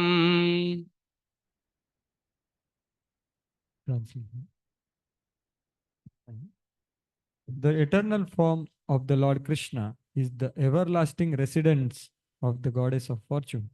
As soon as King Yudhishthira embraced him, the king became free of all the contamination of material existence. He immediately felt transcendental bliss and merged in an ocean of happiness. There were tears in his eyes and his body shook due to ecstasy. He completely forgot that he was living in this material world. So here, see, the previous shlokas were in the Anushtup Chanda. Suddenly these two shlokas are Shukdev Goswami speaking these two shlokas in a Dirgha Chanda. It's a little longer meter. So the Jiva Goswami is saying that the reason is that Shukdev Goswami, he became so much overwhelmed by this meeting of Yudhishthira Maharaj with Krishna. So therefore, he became so much affected that he's expressing his feelings by composing these two shlokas in the Dirgha Chanda. So one thing we find in the Srimad Bhagavatam, whether the speaker or the hearer, they get affected by the subject matter of the Bhagavatam. They get affected by the subject matter of the Bhagavatam. So while describing the particular subject matter or hearing the subject matter, they also get affected by the feelings of the personalities present in those particular stories. Therefore, Shukdev Goswami is speaking this Dirgha Chanda. And then, so Rama Amala Malayam. Rama Amala Alayam Mukunda Gatram Dorbhyam Parishvajya Nripatihi Hatashubah Param Nirvritim Lebe Ashrulochanaha Krishyatanuhu Loka Vibramaha Vismruta. So here also Krishna is called by the word Rama Mala Malayam. Rama Amala Alayam. That means Krishna is the topmost abode of Lakshmi Devi. The topmost, purest abode of Lakshmi Devi is Krishna. So from that Rama Amala Malayam, it is indicated that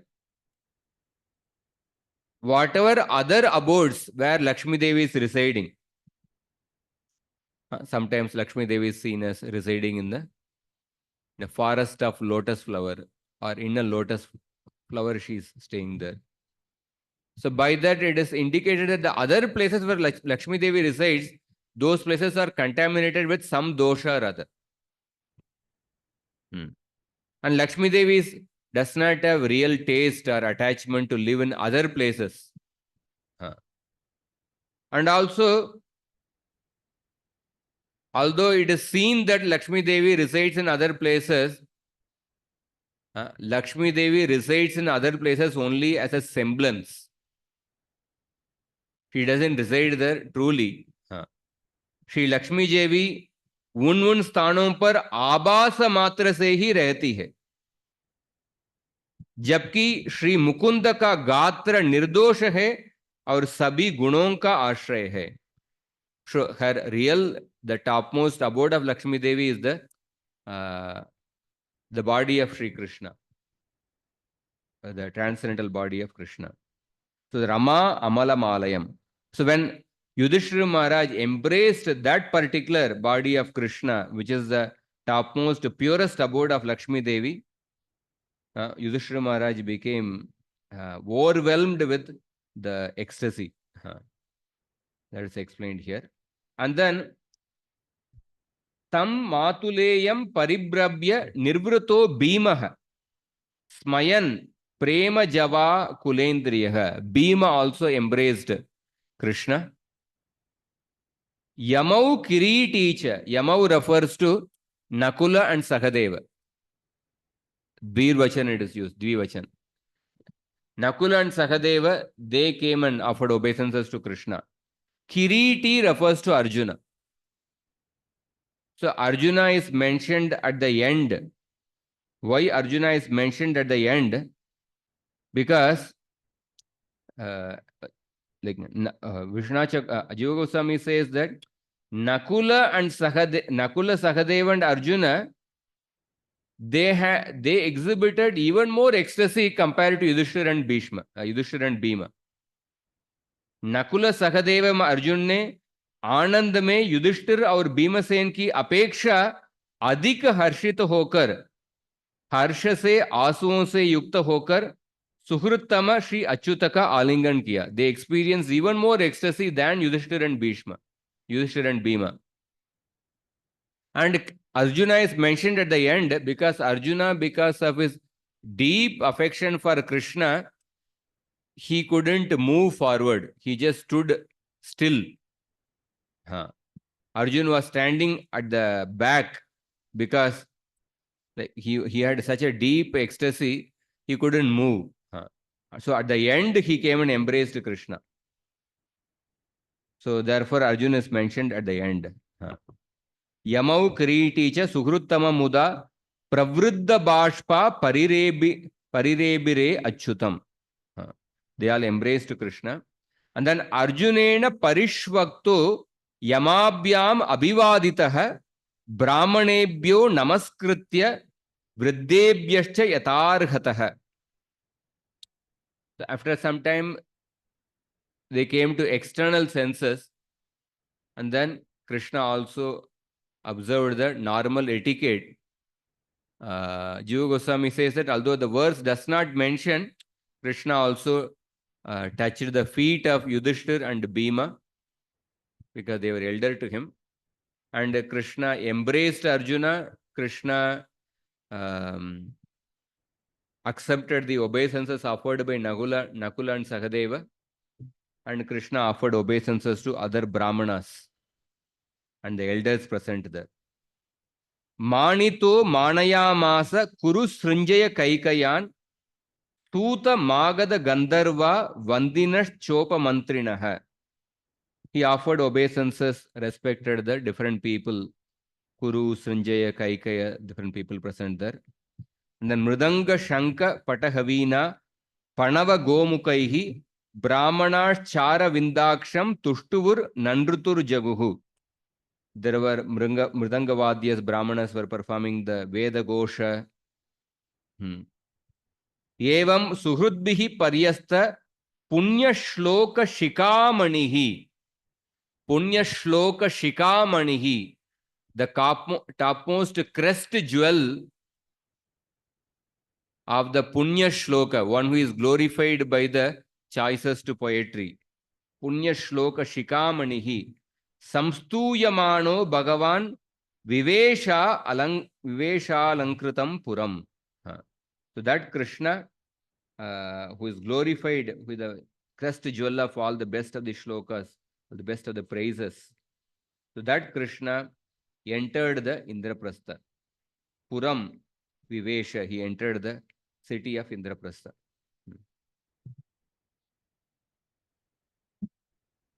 So,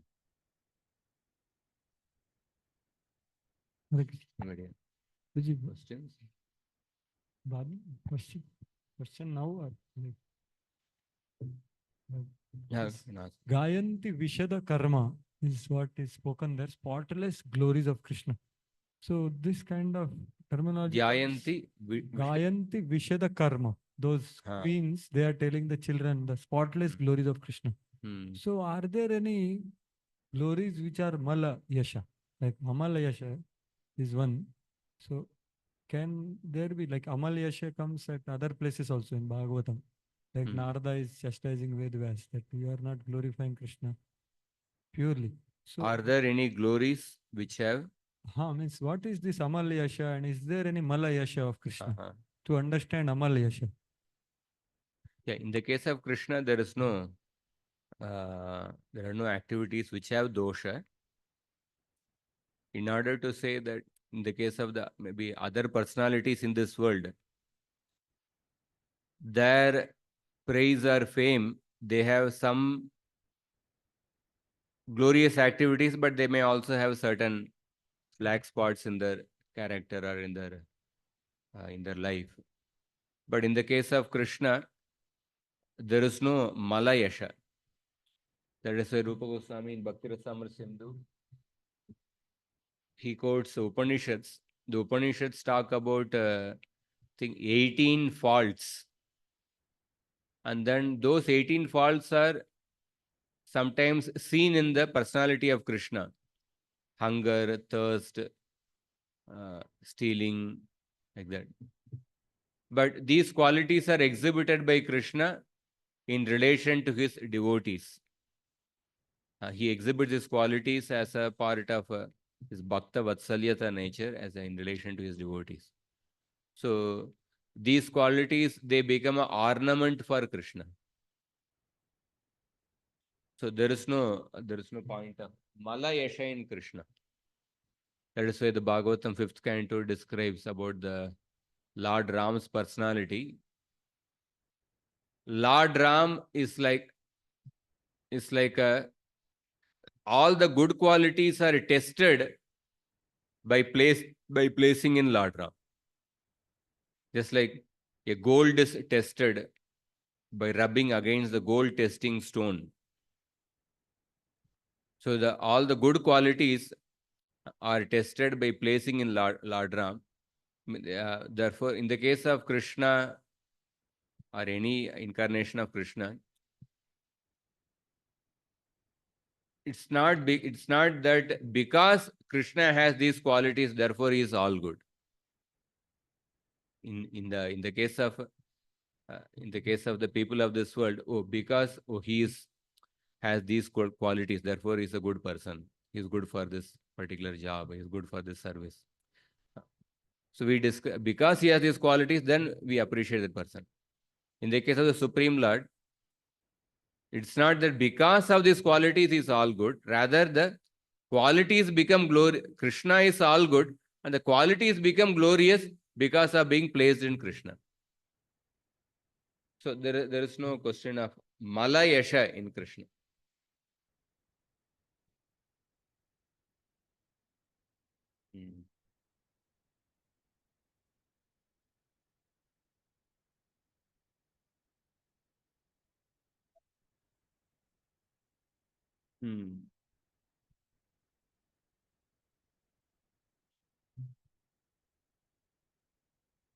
Is in the tamoguna like that. Sometimes we see qualities exhibited like tapa or shastra jnana or like that. Of course, we see in Bhagavatam this principle very clearly that varnashrama followed without Krishna as the objective is meaningless like that. How much of this principle is explained outside Bhagavatam in the sense? Is this a very confidential revelation only? Like we see Varnashrama Acharavata, but that's one Padma Puranic verse or one here. We hear like that. And how much is it explained, shown as the goal in the Dharma Shastras? Like other scriptures, it's like we have a speaking tree column in the Times of India. Something like maybe among the say 24 pages, in one page, maybe one quarter will have some spiritual content. So the pure devotional content in other scriptures will be some part actually. The other parts will have say different devata worship or different other margas in order to attract people with the different adhikaras.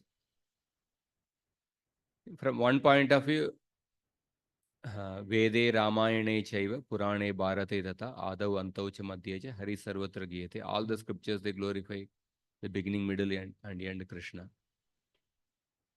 In the case of the Bhagavatam, it is like a newspaper with from beginning to end only about the pure devotional service, Krishna's glories. The other scriptures are like some pages of the newspaper are devoted to say pure devotional service or Bhagavan's glories. Other pages are devoted to other paths, other devatas. Thank you, President. That example was very graphic. We also hear in the Varnashrama types, one of them called Asuri Varnashrama, one categorization is told. I heard in a seminar in Varnashrama. And when these Asuras also follow these principles of Varnashrama, say like obedience to Guru or like that, they get some good powers or like that. So how is that to be seen? That system Bali Maharaj, the Asuras, they worshipped Shukracharya. There's a system by which the world is functioning. Krishna has established the system of Varnashram for the world to function. So in this, the system of Varnashram, if somebody is respecting the Brahmanas, then one gets it. If one gets the blessings of the Brahmanas, then one gets the power. Actually, one gets the power. That is why Lord Vishnu told Aditi that at this point, because the Asuras are worshipping the Brahmanas properly, even I cannot do. Even I cannot do means, well, the Lord can do anything, but he doesn't want to interfere in the system which he established. So therefore he said, but when the Asuras will disobey their Guru, and then I will also cheat the Asuras, and when they disobey the Guru, and by that I will take the kingdom of Indra. I will take away the kingdom of Indra and give back to your son. So Krishna, in this world, one is the laws of the material world, it is a functioning.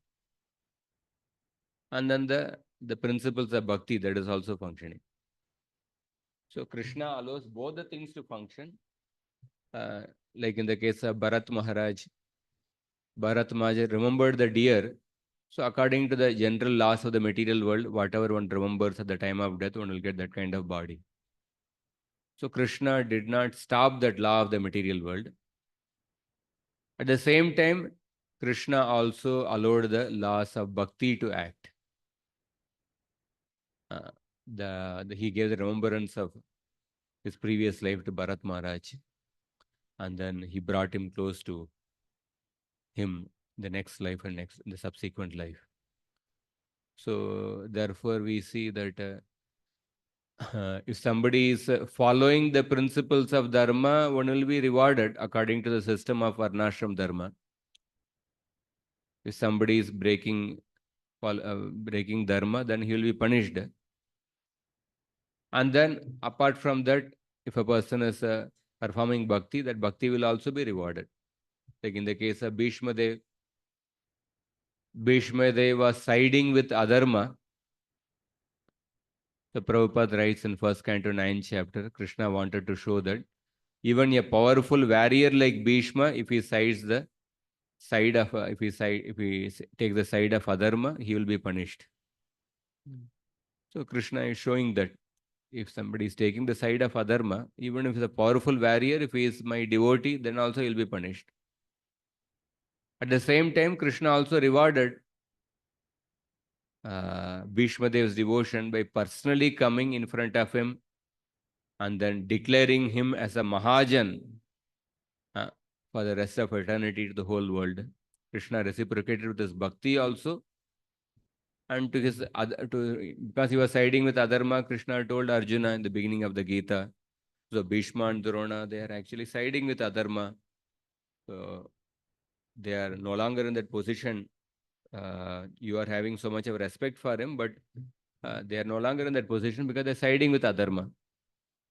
So same Krishna instigated Arjuna to shoot arrows at Bhishma and Drona. But the same Krishna is also declaring or glorifying Bhishma as the Mahajan, making Bhishma the world famous. So it's all what we see, the laws of the Dharma are also acting. At the same time, Bhakti's principles, Kleshagni, Shubhada, Moksha Ragutakra, Shubhada, these are all Bhakti's principles. They are not kalpanik, they are not imaginary, they are real principles. They will also act, and laws of this world are also acting. Thank you, Prashant. These effects of laws of bhakti need not always denounce the law of effects of material sides. See, they can bhakti, be simultaneously acting. Bhakti, definitely the qualities of bhakti. When a person performs bhakti, then he no longer comes under the control of kala and karma. The karmas are already gone. He is not under the control of kala. So these are shastric statements. Again and again, these statements are coming. But still, a devotee is suffering. So how do we understand? So it's explained that so Krishna, in order to maintain the confidentiality of bhakti, in order to increase the eagerness of the devotee, he allows these karmas to come in his life. That is explained. Thank you very much. In the situation where bhakti is absent, we saw these places of varnashrama without devotion or like that. Like when we see this Chatushloki, Anvaya Vetiraka, and means no effects when there is absence of bhakti. So how we see that, like say in the practice of varnashrama, because here they are reaping effects. How that principle is seen by.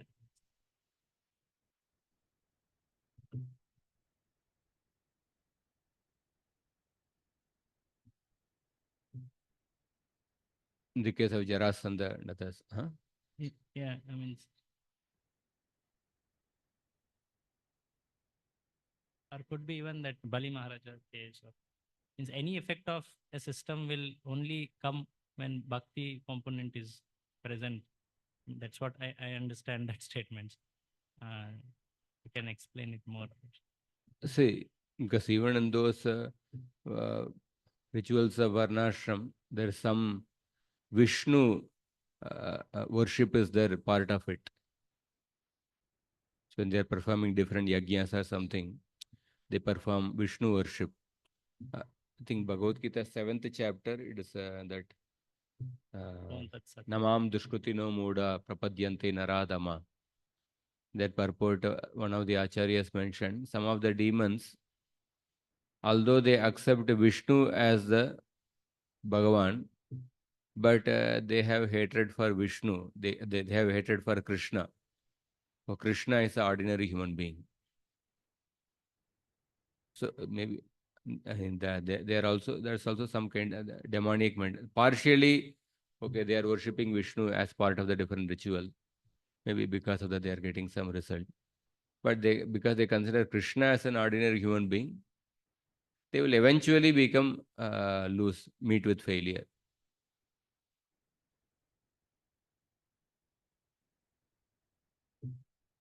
Thank you. Hare Krishna. Hare Krishna. So next class will be at 2:30. Instead of 3, it will be 2:30 to 4:30. 1:15. We are shifting the time half an hour before. Hare Krishna. निरंतरा श्रीमद् भागवतम की जय, श्रील प्रभुपाद की जय, गौर भक्त वृंद की जय.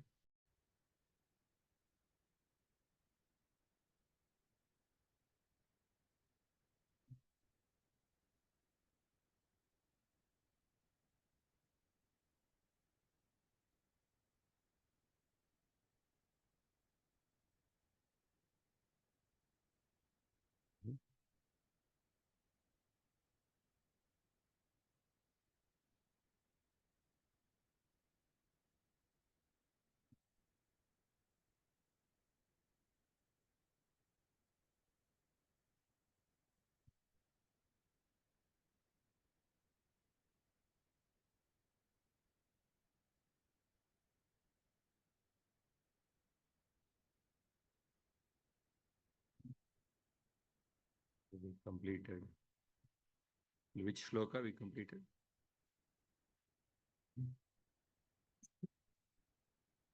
30.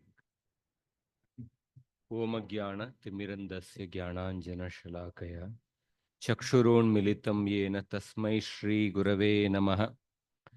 नमो ओं विष्णुपादाय कृष्णप्रेष्ठाय भूतले श्रीमते भक्तिवेदांत स्वामिन्निति नामिने।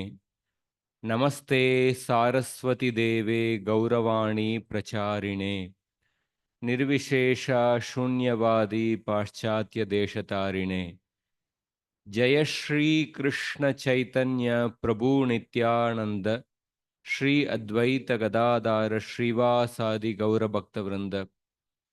हरे कृष्ण कृष्ण कृष्ण हरे हरे, हरे Ram Ram Ram Hare Hare. We completed till the 30th shloka. We go to the 31st shloka.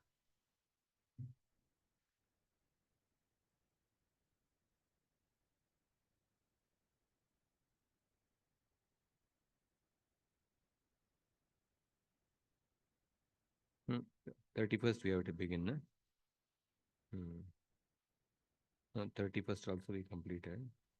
32nd we have to begin. 32nd shloka. संसिक्तवर्त्मकरिणां मदगन्धतोयै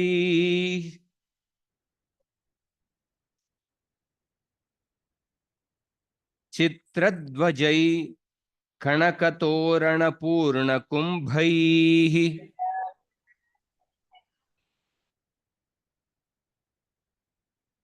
मृष्टात्मभिर्न बदुकुकूलमविभूषणम्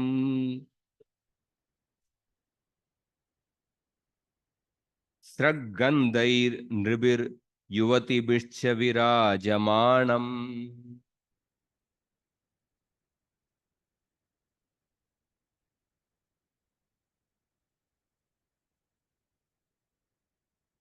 The roads of Indraprastha were sprinkled with water perfumed by the liquid from elephants' foreheads, and colorful flags, golden gateways, and full water pots enhanced the city's splendor. Men and young girls were beautifully arrayed in fine new garments adorned with flower garlands and ornaments, and anointed with aromatic sandalwood paste. Every home displayed glowing lamps and respectful offerings, and from the holes of the latticed windows drifted incense, further beautifying the city. Banners waved, and the roofs were decorated with golden domes on broad silver bases. Thus, Lord Krishna saw the royal city of the king of the Kurus. So, description of the city of Hastinapur, Indraprastha is mentioned. Karinam Madagandha Toyaihi. Karinam, there are many elephants. Madagandha Toyaihi.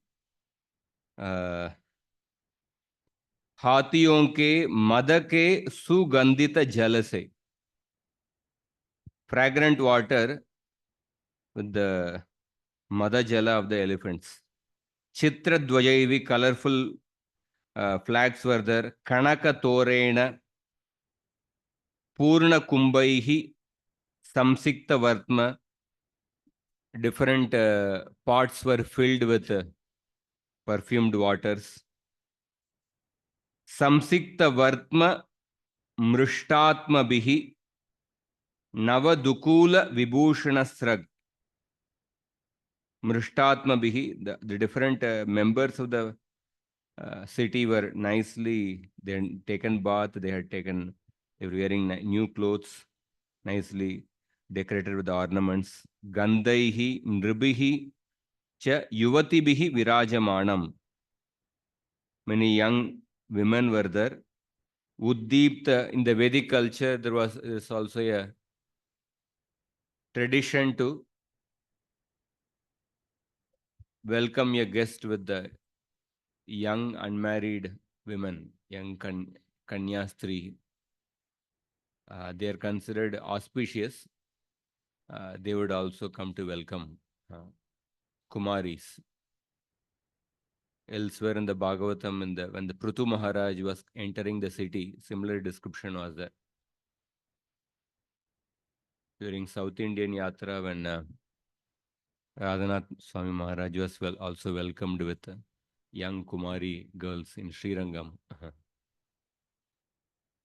Uddipta Deepa Balibihi Prati Sadma Jala. Uddipta Deepa, the garlands were effulgent.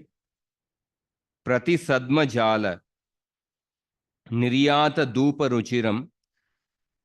The windows from different palaces, from that different fragrant dupa was emanating. And Patakam Vilasat, nice banners were put. Murdanya Hema Kalashai Rajata Ushungai. So, and on the 34th shloka, there is a beautiful word. Naralochana Panapatram. 34th shloka, you see. Praptam Nishamya Naralochana Panapatram Outsukya Vishlatita Kesha Dukula Bandaha Sadyo Visrijya Grihakarma Patimscha Talpe Drashtum Yayur Yuvatayah Sma Narendra Marge. Rusi, in our book it is 34 number. Sorry, 34, 33. 33, okay. So, Praptam Nishamya Naralochana Panapatram. Naralochana Panapatram, that means that person who is the most beautiful, deserving person to take darshan. Naralochana Panapatram, Manushya Netron ke Atyanta Darshaniya. Having obtained the darshan of such a personality, Praptam Nishamya Outsukya, having heard that such a person, Sri Krishna, has arrived in Indraprastha, Dukula Bandaha Vishlatita.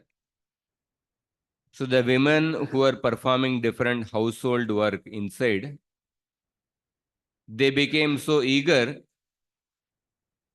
without caring for properly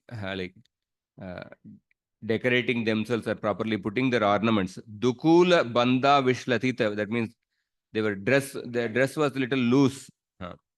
But because of their eagerness, they immediately came out. Yuvatayah Sma Sadyaha Grihakarmacha Talpe. Talpe means bed. Their husbands were maybe taking rest along with their husbands in the bed.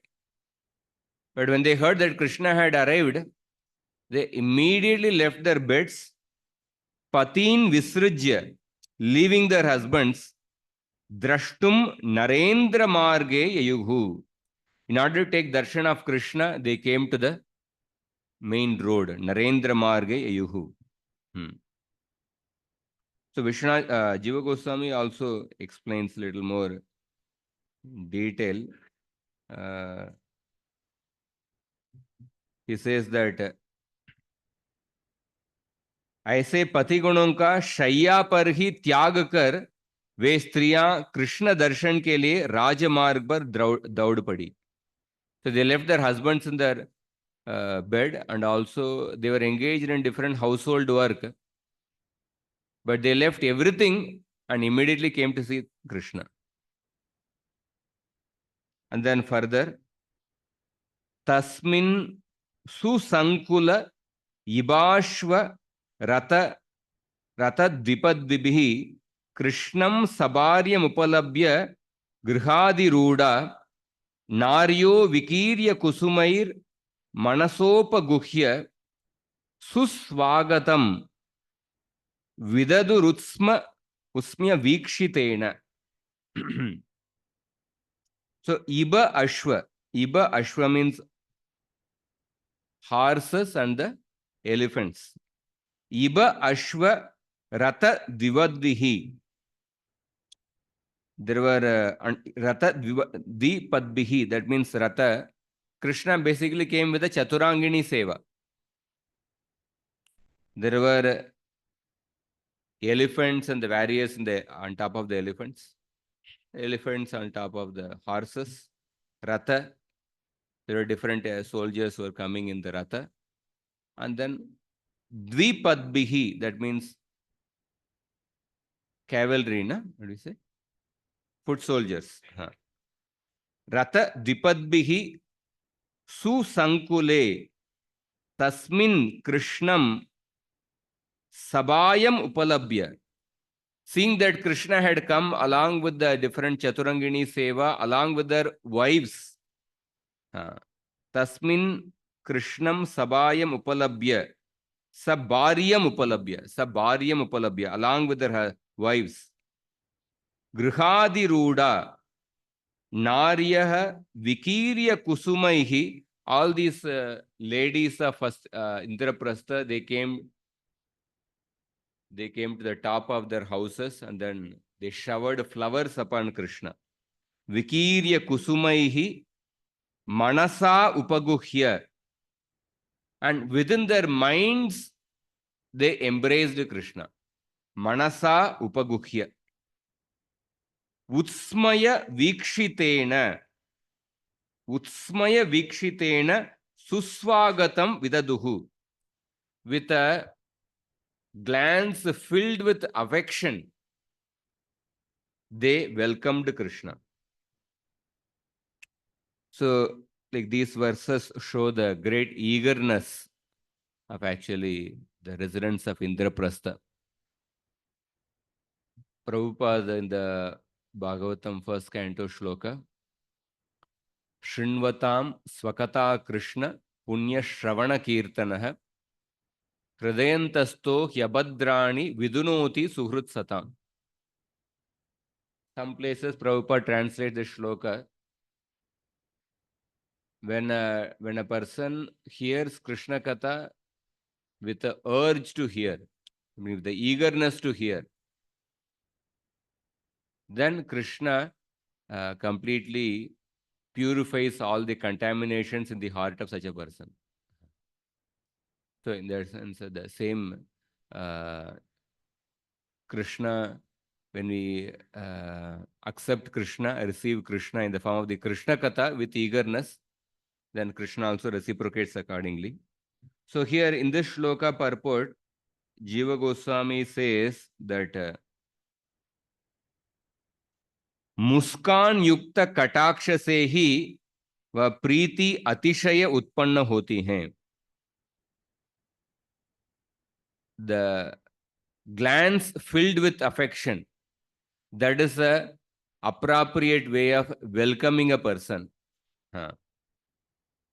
Priyam utsmaya vikshitenaiva vidadu. उत्कृष्ट मुस्कान और कटाक्ष से कृष्ण का प्रिय किया. They expressed their affection towards Krishna with their smiles and glances. Muskan is a smile, ना? उत्कृष्ट मुस्कान और कटाक्ष से कृष्ण का प्रिय किया. अथवा सुस्वागत शब्द से उपलक्षण द्वारा आतिथ्य मात्र किया गया. So they welcomed Krishna, they expressed their affection towards Krishna with their smiles and their glances towards Krishna. And then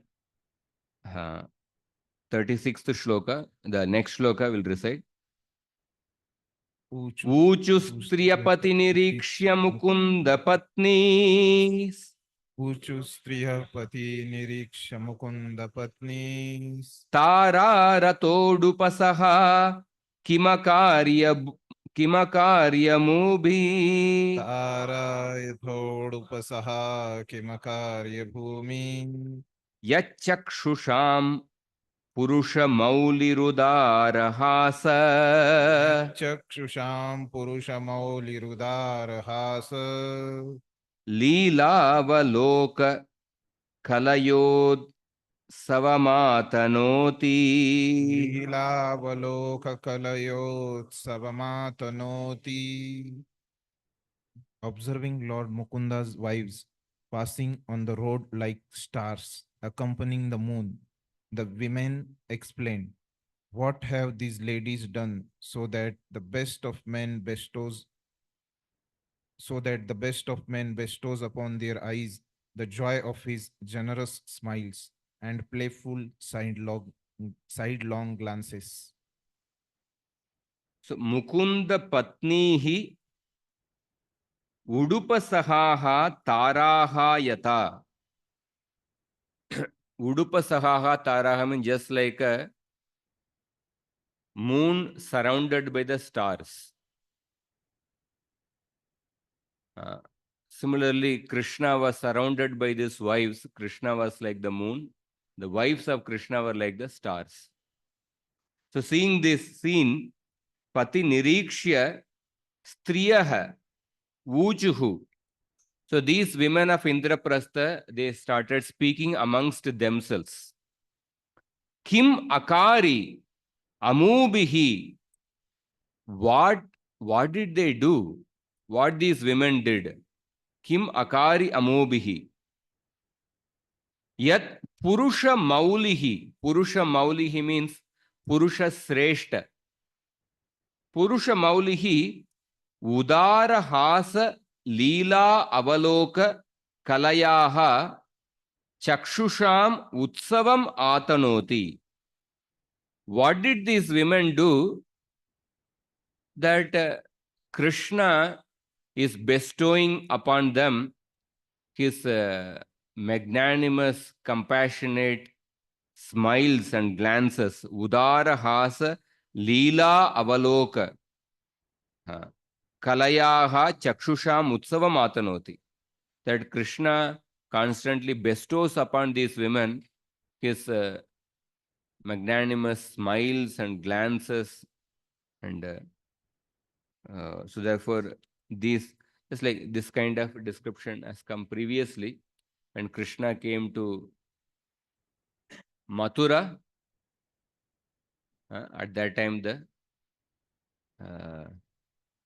women of Mathura, they spoke about the good fortune of the gopis. Anybody remembers that shloka?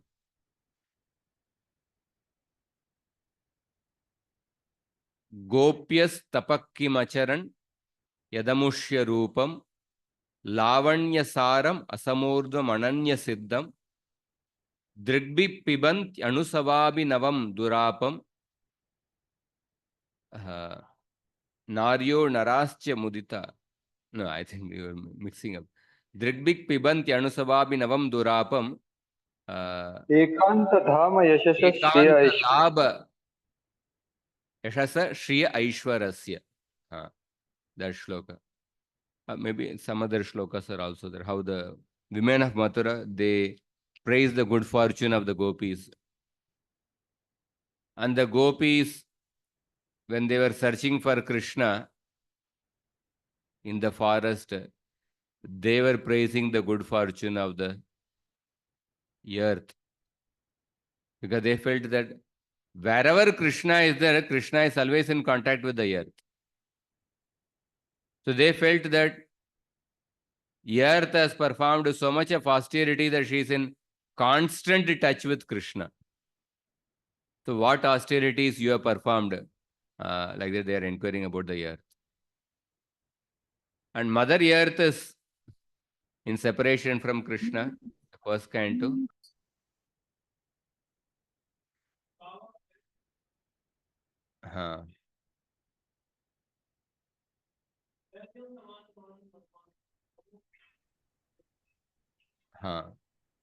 Yeah, Mother Earth is actually speaking, she is actually speaking she is praising the good fortune of the queens of Dwarka. That how Krishna had an intimate relation with the queens of Dwarka. So similarly, so here the ladies of Indraprastha are speaking about the good fortune of the queens of Krishna.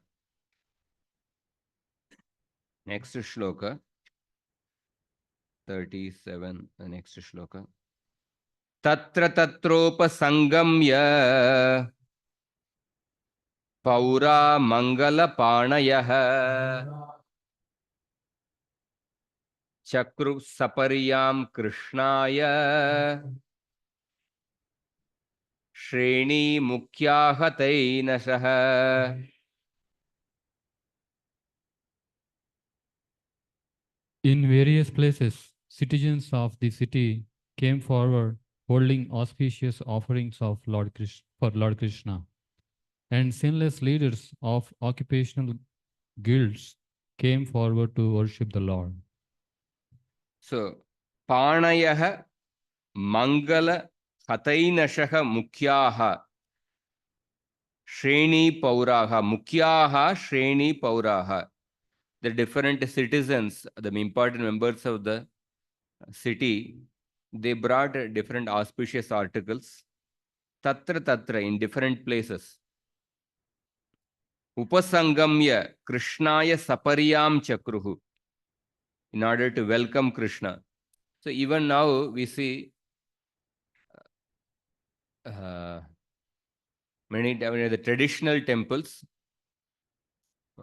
In ISKCON we may not have so much, but one of the one difference between say ISKCON, some of the traditional temples like Sri Sampradaya temples. Generally in ISKCON we have maybe the more attention goes to the big deities actually. The Moolasthana Vigraha. We do have festivals for the Utsav Vigraha also. But the traditional temples, the number of festivals for the Utsav Vigraha is many more compared to ISKCON. Because that time the system was there in ISKCON, many of the temples are in the cities, whatever may be the reason. But so there are many Utsavas for the many festivals for the Utsav Vigraha. If you go to say Sri Rangam or especially those temples where even now those traditions are being followed. So Utsav Vigraha, sometimes certain festivals, I remember between Trichy and my hometown, there's one Divya Desham, Pundarikaksha Perumal. So they have their Brahmotsavam. And then, so it is 20 kilometers from Srirangam. And one of the once in a year, that Pundarikaksha deity comes from the temple to the banks of Kaveri in Srirangam. So they start they start their deities in the night, some 9 o'clock or 10 o'clock or something like that. And then by the time they come, although it's not very huge distance, but it takes some 12 hours or 13 hours to reach there. Because every place, different people offer worship, or different people offer something. Every place they stop, and then they take long time to come to just to cross 20 kilometers. So even now, this kind of whatever we see in the description of the Bhagavatam, the similar kind of practice is there in the worship of the different deities in the traditional temples. They go on a particular in a particular festival occasion. The deity is taken on a, say, Ratha Yatra or different other this one. In different places, common people, they come and offer different articles to welcome the Lord. And also, whether in Ramayana or Mahabharata or in the Krishna Leela, and Lord Ram was coming back to Ayodhya, or here Krishna is coming to Indraprastha. So we see the Yudhishthira Maharaj or Bharat Maharaj in Ramayana, they engaged all the residents of Ayodhya or here Indraprastha, they engaged everyone in welcoming Krishna. In that way, a leader or a king, he facilitates that everyone to develop a personal connection with the deity, personal connection with the Supreme Lord. It's not that only he is worshipping. Yudhishthira Maharaj, of course, will be hosting Krishna and he will be how he will be welcoming Krishna, we'll see that. But apart from that, they're facilitating that every citizen of Hastinapur to have a personal relation with Krishna. They should feel that, oh, Krishna is entering our city. So that kind of feeling, that kind of training is given. So when any project also, suppose a particular leader makes a vision, but then one should inspire that in such a way that all the people who are involved in that, they feel a personal connection. Oh, this is our project. This is my service. Then it will go on properly. So all the people, the citizens of Indraprastha, they were welcoming Krishna. Antapurajanai Pritya Mukunda Pulla Lochanaihi Sa Sambrameir Abhyupeta Pravishat Raja Mandiram. So the different women who are in the Antapura, they all with their open eyes, with the blossoming eyes, and they came and welcomed Krishna. Next shloka. Prita vilokya bhratreyam Krishnam Tribhuvaneshwaram Pritatmottaya Paryankat Sasnusha Parishasvaje.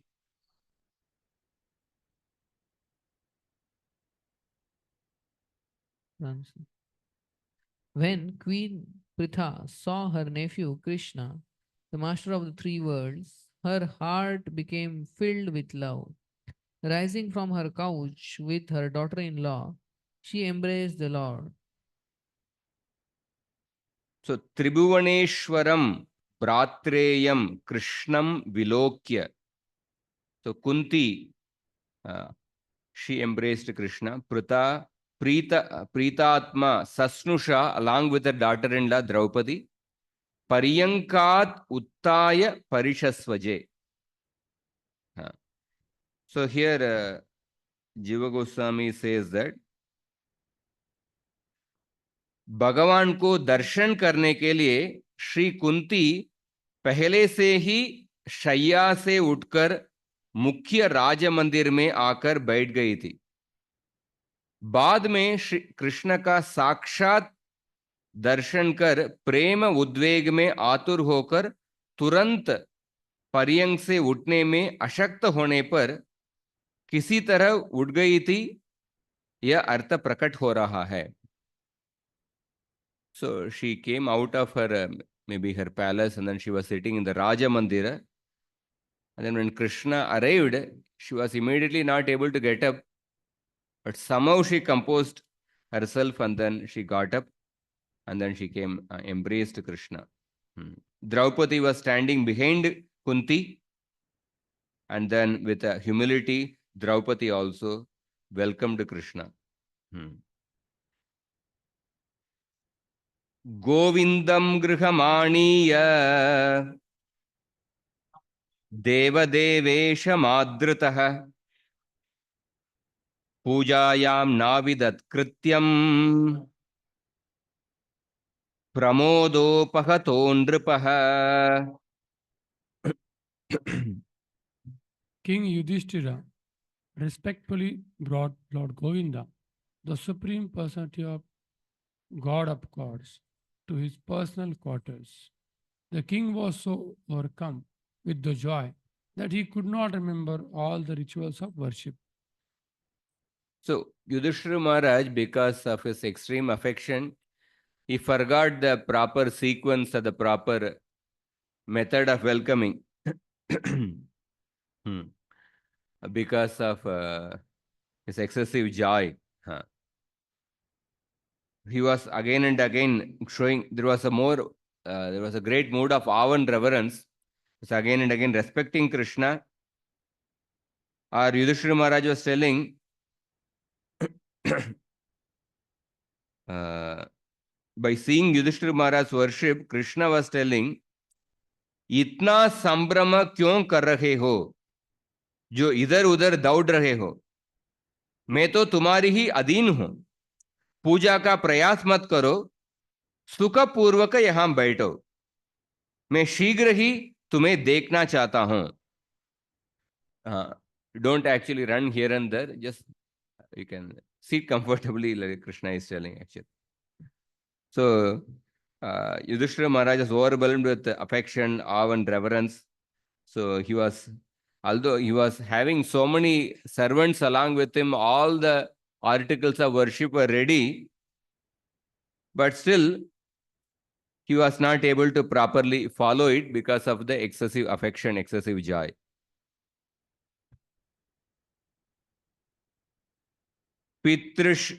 पितृष्वसुर्गुरुस्त्रीणाम् कृष्णश्चक्रेऽभिवादनम् स्वयं च कृष्णया राजन् भगिन्या चाभिवन्दितः. Hare Krishna. The Lord Krishna bowed down to his aunt and the wives of his elders, O king. And then Draupadi and the Lord's sister bowed down to him. So Krishna bowed down to Kunti and his elders, and Krishna's sisters also, Draupadi and all, they all bowed down to the Krishna's wives. And then Shwashrava Sanchodita Krishna, Krishna Patnishcha Sarvashah, Anarcha Rukminim Satyam, Badram Jambavatim Tata. So all the wives of Krishna, they were properly respected. Kalindim Mitra Vrindam Cha Shaibhyam Nagnajitim Satim. So all of them were properly respected. The 44th shloka is very beautiful shloka. Sukam nivasayamasa dharmarajo janardanam sa sainyam sanugamatyam sabaryam cha navam navam. Can read the translation.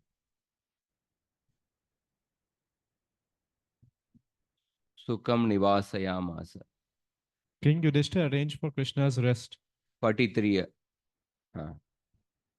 Yeah, same one. Same. King Yudhishthira arranged for Krishna's rest and saw to it that all who came along with him, namely his queens, soldiers, ministers, and secretaries, were comfortably situated.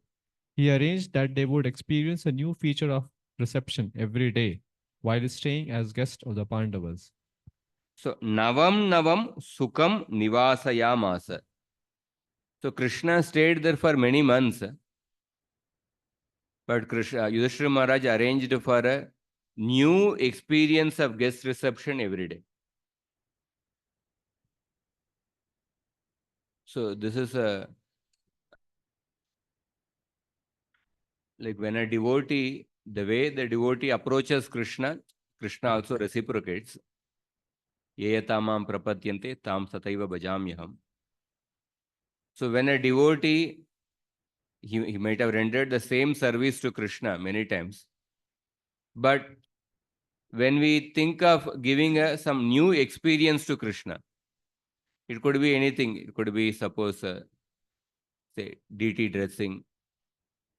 Say, you might have dressed maybe the same dress many times.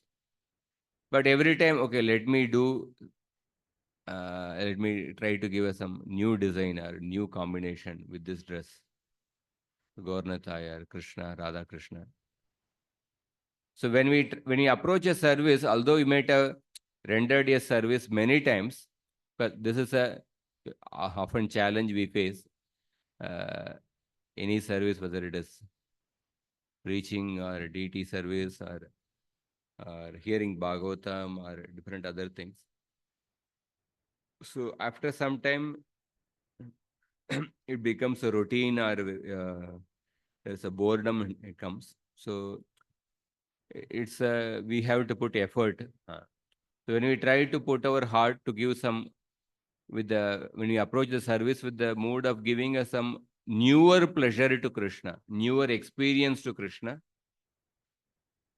So then what we see in the Bhagavatam, because so many places in the Bhagavatam, we hear these verses, Vayam Tuna Vitrupyama, Uttama Shloka Vikrame, Yat Shinvatam Rasagyanam, Swadu Swadu Pade Pade. Like how the sages, we are, at every step we are getting newer and newer pleasure. Or Nityam Nirikshamananam, Yadapi Dwarakau Kasam. The next line. Na Tripyanti Shriyodamangam Achyutam. Although the queens were accustomed to staying with Krishna every day, looking at Krishna every day, but still they were experiencing newer and newer. So the way, when a devotee approaches Krishna's service with the mood of giving some new pleasure to Krishna, then Krishna also reciprocates accordingly. That with the same Bhagavatam or same service or same words, Krishna gives a newer experience to a devotee. So Yudhishthira Maharaj, his, like many times in the guest reception, one day, 2 days, 3 days, 4 days, like the guest is there, waiting how to entertain, how to make him comfortable. But Yudhishthira Maharaj, every day he was giving a newer experience to Krishna.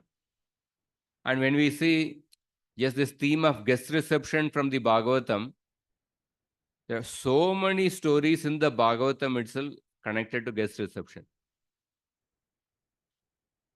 Right from the birth of the Bhagavatam itself. The Bhagavatam was born because of a improper guest reception offered by Samika Rishi to Parishit Maharaj. And then how Parishit Maharaj received Krishna Katha. Although I am hungry and thirsty, but please go on reciting Krishna Katha. Like how he is receiving Krishna Katha. And then so many, how Ranti Dev received the guest, how Prithu Maharaj received the 4 Kumaras. And then Jai Vijay episode is also gets reception. Daksha Sabha, Daksha Yagya episode. Markandeya Rishi, Lord Shiva, how Markandeya Rishi, he also failed to receive Lord Shiva. Indra Brihaspati. So there are so many episodes of guest reception. Just I will mention few points, but spoken by Yudhishthira Maharaj in the Mahabharata in relation to guest reception. This comes in Vanaparva beginning. In Vanaparva, so Yudhishthira Maharaj has left Hastinapur and is going to the forest. But many citizens, many Brahmanas, they are all following Yudhishthira Maharaj. So at that time, Yudhishthira Maharaj says that please don't come along with us, because I don't have any resources to take care of all of you. But still, many of these brahmachari students and brahmanas, they wanted to be with the Pandavas. In that section, Yudhishthira Maharaj speaks about the Atiti Seva for a Grahastha. It can be for anybody. Speaks about Grahastha Dharma and especially about guest reception. He says that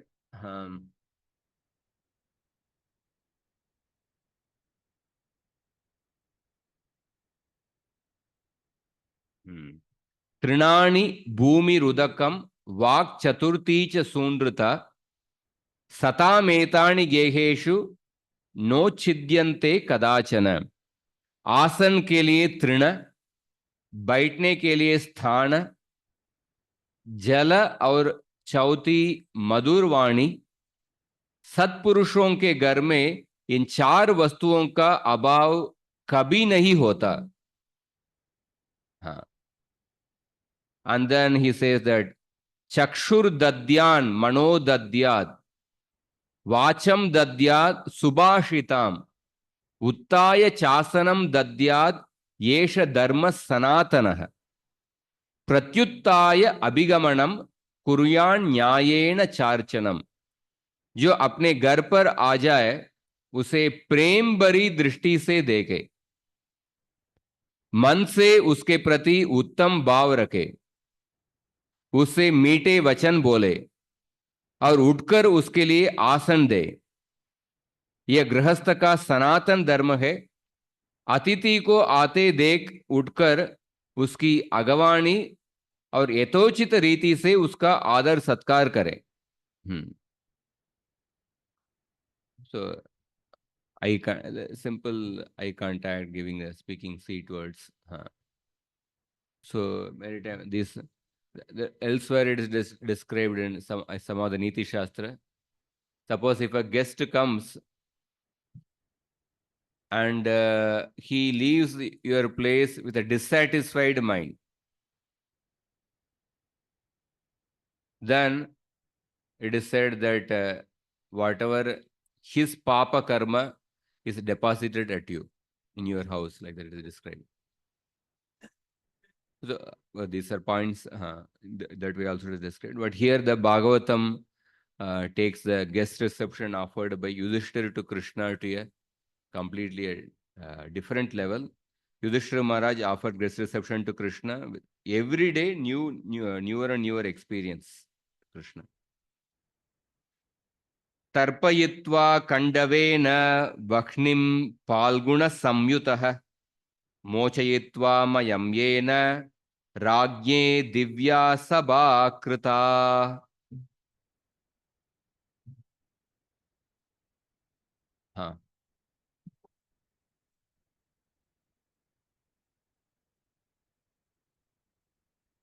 इस reception का theme है, suppose now every person has a human limit, how many people he can receive. So where we have to, how to draw the line, because it is important to receive the guest, that is mentioned in the Shastra.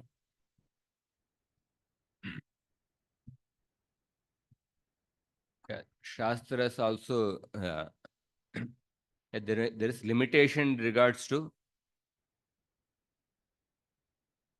for offering all the details of guest reception, but at least with pleasant mind and a pleasing speech that can be offered. That's what Prabhupada say, that Tan Sametan Mahabhagan. Tan Sametan Mahabhagan. The next line. Desha Kala Vibhagavit. Bhishma Deva was lying in the bed of the arrows, but he could not offer the other details of guest reception, but at least he offered his pleasant mind and the speech. So some places Prabhupada explains that guest reception, it's not that you need to have so many facilities to receive the guest. If one cannot offer, say, big feast or something, whatever is there, one can offer. Or at least offer some water and offer a place to sit. Even if one cannot offer, at least offer a sweet speech. So in that way, even the poorest of the poor beggar can receive any guest properly. Like that is it. So if suppose in certain times or something, like it is extremely difficult to receive in a particular way, but at least we can offer a pleasant speech, something like that. Is clear, Prabhuji. And my question is like whether I should be attending the guest first of all. There's a limit of even not to speak of giving anything. We don't want to communicate. Sometimes we don't want to talk anybody. We want to do our own services. And if so many people come, so this has to be understood very detailed. For example, as a brahmachari, what is his duty? I think it depends on the king also, the grihastha also. So sannyasi also, what is his relationship with the guest? What is the role of a sadhu for receiving guest? So just where are these instructions given in detail? In Mahabharata, it is given in the this Vana Parva about the grihastha. But as a brahmachari, as a renunciation, what are his duties? For example, I am now chanting. I switch off my mobile hold. I don't want to talk anybody. I'm doing my research work now. So if somebody calls and he feels offended, so is it karma to me? Because I want to do my duty. Because it is very subtle, na? That's why I'm asking. One is once His Holiness Radhanath Maharaj mentioned, all the devotees were staying in the temple. He said that guest reception, it's not only the service of the guest department. Like anybody who comes to the temple is a guest of Radha Gopinath. So in that sense, he said, apart from the department, anybody who is staying in the temple should see that person and do the needful if he is in a position to receive the guests, whether the general visitors of the temple or others like that he mentioned. And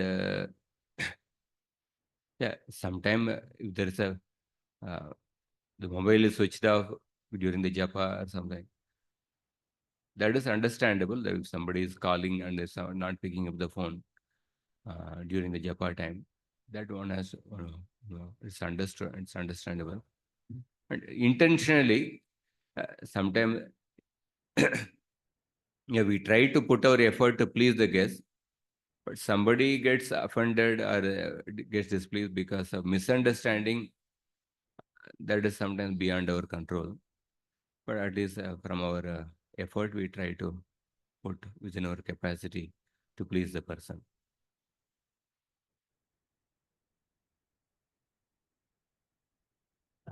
Clear about the clear instruction, I will find out okay, what is the, I'm doing some research work.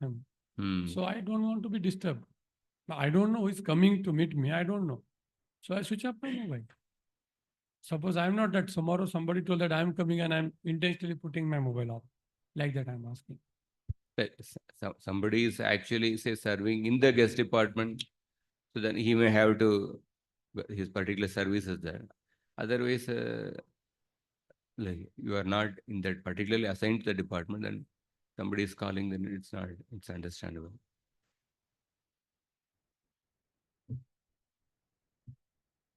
So next, last two shlokas. Read.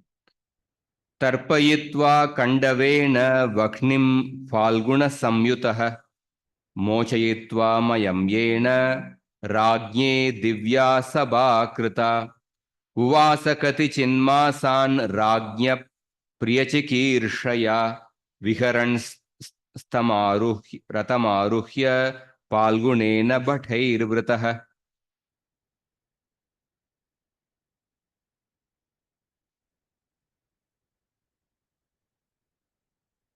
To please King Yudhishthira, the Lord resided at Indraprasth for several months.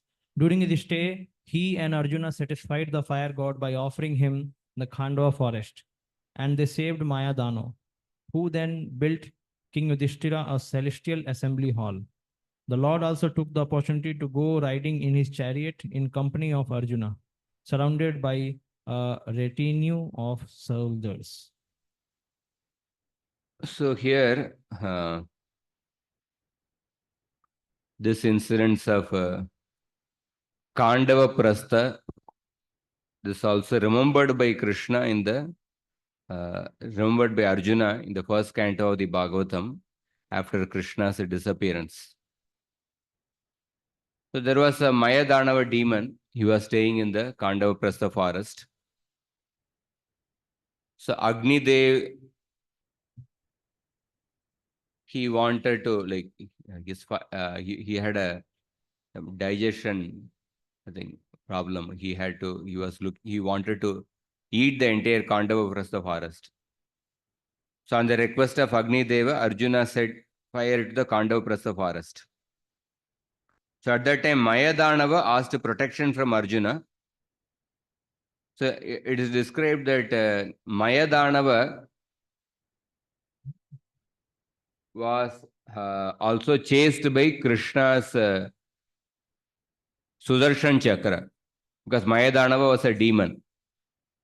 So Prabhupada says that demons possess wonderful and supernatural powers to create material wonders, but they use that powers to disturb the society. So Mayadanava was also like such a demon. But Krishna wanted to kill Mayadanava. So Mayadanava was chased both by the fire as well as the Krishna Sudarshan Chakra. But Mayadanava intelligently took shelter of Arjuna. And because he took shelter of Arjuna, he was protected from the Sudarshan Chakra. So Prabhupada says that devotees are more merciful than the Lord. And in devotional service, the mercy of a devotee is more valuable than the mercy of the Lord. So when Arjuna gave shelter to Mayadanava, Mayadanava felt obliged to Arjuna. He wanted to do something in return to Arjuna. But Arjuna declined to accept anything in return to Mayadanava. But Krishna wanted to engage Mayadanava in the service of the Pandavas. So Krishna told the Mayadanava to use his skills to build that Sabha to build the city of Indraprastha. So in that way, Krishna engaged Mayadanava in the service of the Pandavas. So the process is that by the grace of the devotee, the mercy of the Lord is obtained. And by the mercy of the Lord, a chance to serve the Lord's devotee is obtained. So therefore, by the mercy of Krishna, Mayadanava obtained the opportunity to render service to the Pandavas. So the same Mayadanava not only built that Indraprastha for the Yudhishthira Maharaj, Mayadanava also gifted that club to Indra, to Bhima. The club of Bhima was also a gift of Mayadanava. So Vishwanath Chakravartipad also mentions in his purport about the sequence of the events. Krishna stayed in Indraprastha for 4 months of the rainy season. At that time, Krishna burned the Kandava forest, and then Arjuna got the Gandiva bow. And Krishna obtained Kalindi while hunting. And then Krishna returned to Dwaraka, married Kalindi, Bhadra and other queens, and killed Naraka and performed other deeds. Then Krishna was invited to the Rajasuya sacrifice. He says this as a sequence of the events. So that is why Vishwanath Chakravartipad says that although these events were already related in chapter 58, Shukadeva Goswami repeats them due to his absorption in the topic. Like this last 2 shlokas, this event which is described in this one, this happened previously. But Shukadeva Goswami, in the later part of the, if you see the first 45 chapters of the 10th canto, there's a proper sequence. Sequential pastimes were described. But the later 45 chapters, many times Shukadeva Goswami goes out of sequence.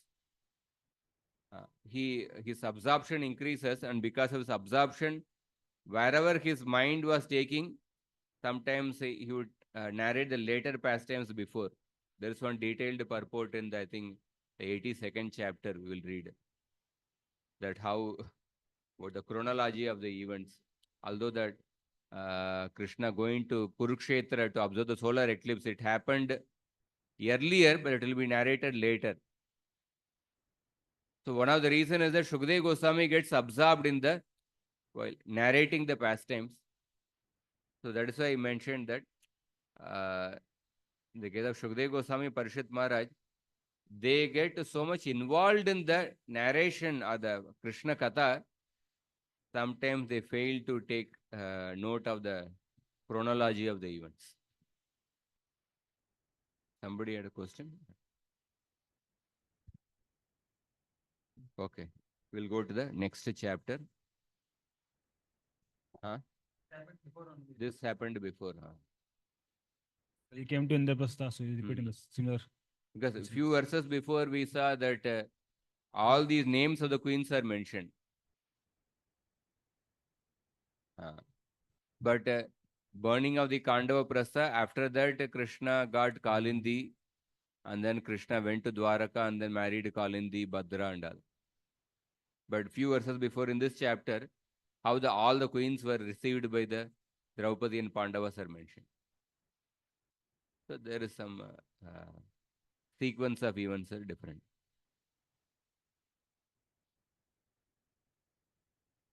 The next chapter, the slaying of the demon Jarasandha. Okay. Shri Shuka Uvacha Ekadatu Sabha Madhye Astito Munibir Vritaha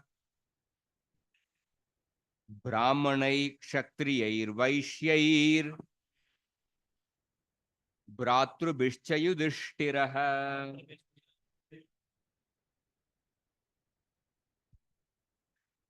Shukadev Goswami said, what? Next shloka also, two shlokas are combined. Na? Acharya Kula Vriddhaischa Jnati Sambandhi Bandhavaihi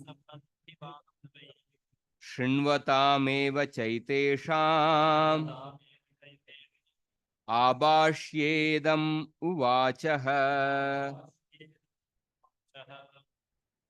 Shukadev Goswami said, one day as King Yudhishthira sat in the royal assembly surrounded by the eminent sages, Brahmanas, Kshatriyas and Vaishyas, and also by his brothers, spiritual masters, family elders, blood relations, in-laws and friends, he addressed Lord Krishna as everyone listened.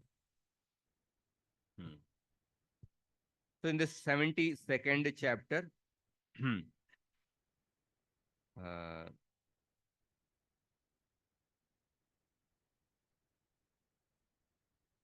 the slaying of Jarasandha is described.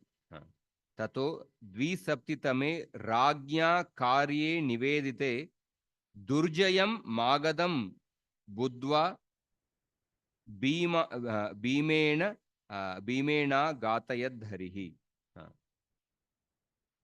So how Bhima slayed Jarasandha according to the advice of Krishna, that is described here.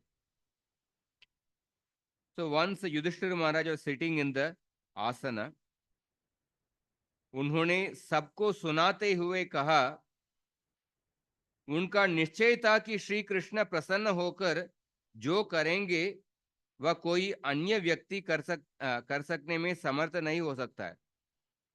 इसलिए सभा में स्थित सभी का अनादर कर उन्होंने कृष्ण को संबोधित कर उन्हीं से कहा, हे कृष्ण, हे भक्तवत्सल, ऐसा संबोधन किया.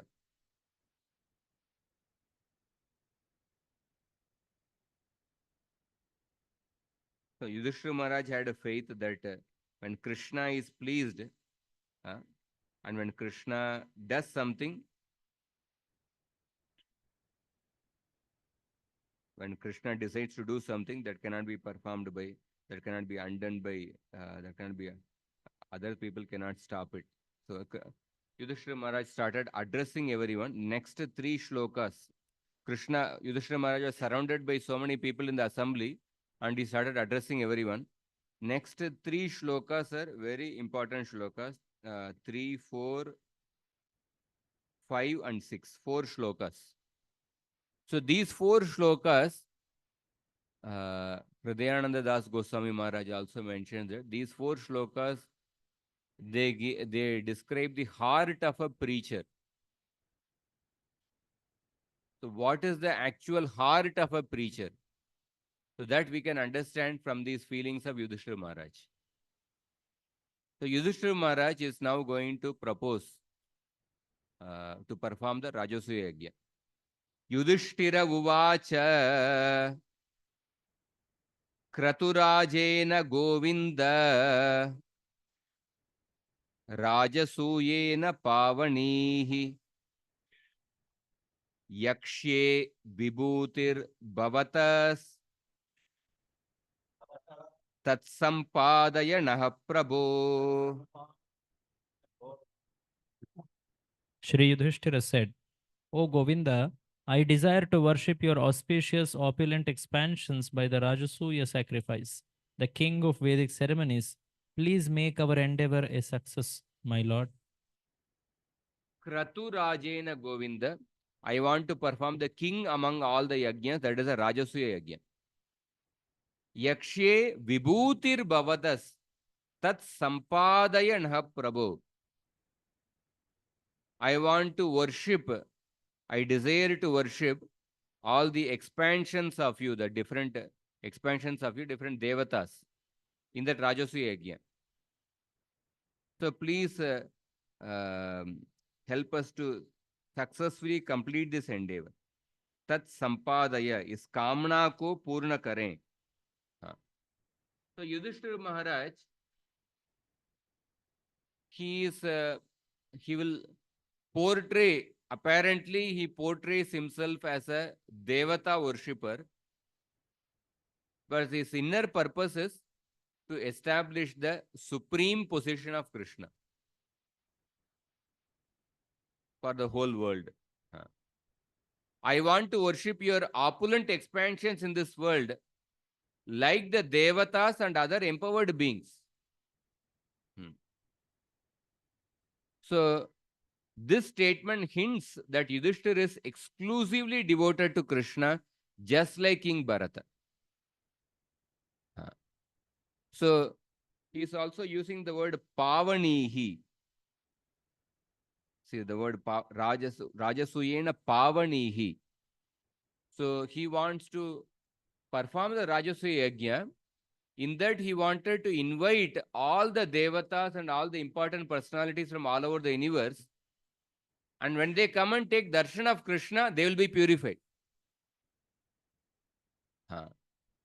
And he's indirectly implying that by this Rajasuya yajna, all of them can also become successful. We will read further. The purpose of Rajasuya yajna. See, when we see the purpose is in 3 levels.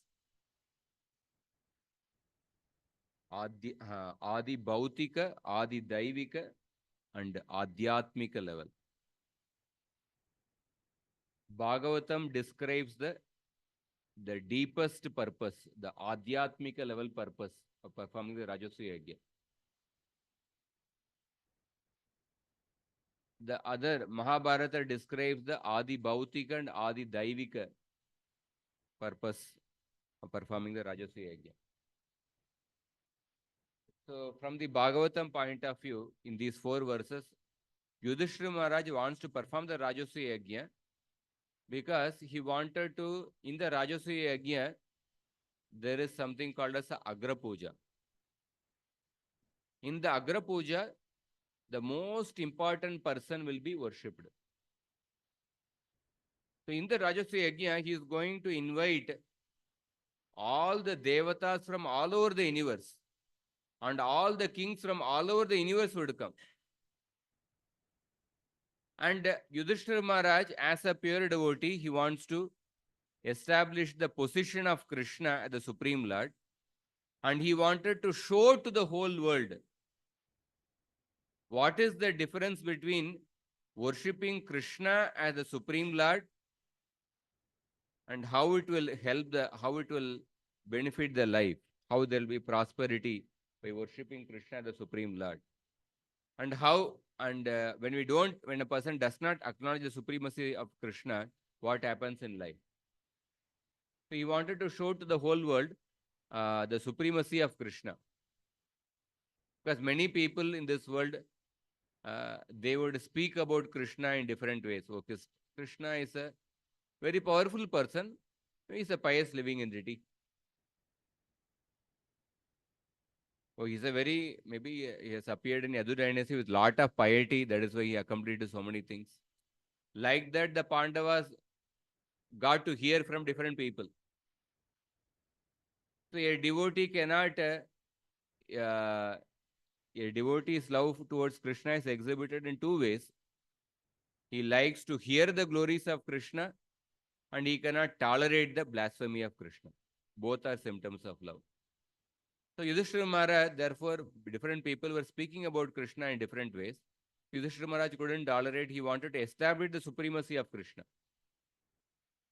So in front of all the important persons in the all over the universe, he is going to give the highest position to Krishna. So that is the, in one sense, the deepest purpose of performing the Rajasuya Yajna described in the Bhagavatam. So in the Mahabharata describes the Adi Bhautika and Adi Daivika level. In the Adi Bhautika level, Jarasandha was there. He was performing, he had already captured 20,000 kings and going to offer Narabali. Jarasandha had to be killed. So Krishna wanted to shift the power center from Jarasandha to Yudhishthira. Because in order to establish Dharma in this world, in order to establish Dharma in this world, Krishna wanted to establish Dharma in this world through Rajasuya Yajna, through Yudhishthira Maharaj, by making him as the emperor. So, Father Jarasandha had to be killed. So in that way, that is another purpose from the point of view of establishing Dharma. And then one more purpose is mentioned. I think when Narada Muni went to Pitruloka, Narada Muni met Pandu Maharaj. And Pandu Maharaj tells Narada Muni that you tell my son Yudhishthira to perform the Rajasuya Yajna. So the Rajasuya Yajna was also performed by Yudhishthira Maharaj in order to deliver the forefathers on the instruction of Pandu given through Narada Muni. This is a Adi Daivika purpose. In the Mahabharata Sabha Parva, there is a chapter where Narada Muni comes to meet Yudhishthira Maharaj. And Narada Muni, in that chapter, he tells the message how Pandu told him to perform the Rajasuya Yajna. The Mahabharata describes the purpose from Adi Bhautika and Adi Daivika level. Bhagavatam describes the purpose from the Adhyatmika level. That's why it's explained that. What is the this yagya, like Aswamedh yagya is meant for conquering all the places. Now Rajasuya yagya is meant for establishing some king as a supreme, like that. So then Lord Krishna was established as the king of everyone, all the devatas. So this is the whole thing. Means the definition of Rajasuya yagya is Yudhishthira Maharaj will be, Rajasuya Yajna can be performed only by a person who has conquered all the kings in the planet Earth. So Yudhishthira Maharaj, so therefore before Rajasuya Yajna, the Pandavas had to defeat all the kings, or either the kings have to voluntarily submit to Yudhishthira Maharaj, or if they don't submit, they have to be defeated. So, but from the point of view of Yudhishthira Maharaj wanted to perform Rajasuya Yajna. In general, Yajna is performed. In general, Yajna is performed for the welfare of the whole world. Bhagavad Gita 3rd chapter, when you perform Yajna to please the different devatas, the devatas provide the necessities for you. In general, Yajnas are performed with. Now Duryodhana could have also said why you are performing. Because he was against Pandavas. So he could have said that we will perform, you should not perform. Means I'm just asking question. So if it is to defeat all the kings, so then was Duryodhana with Yudhishthira Maharaj? He came for the yagya. He was also guest. So just wanted to understand this. Means what is the whole purpose in, see, one purpose is Yudhishthira Maharaj want to establish Lord as a supreme. But in general, what is the purpose of Rajasuya Yajna and who can perform?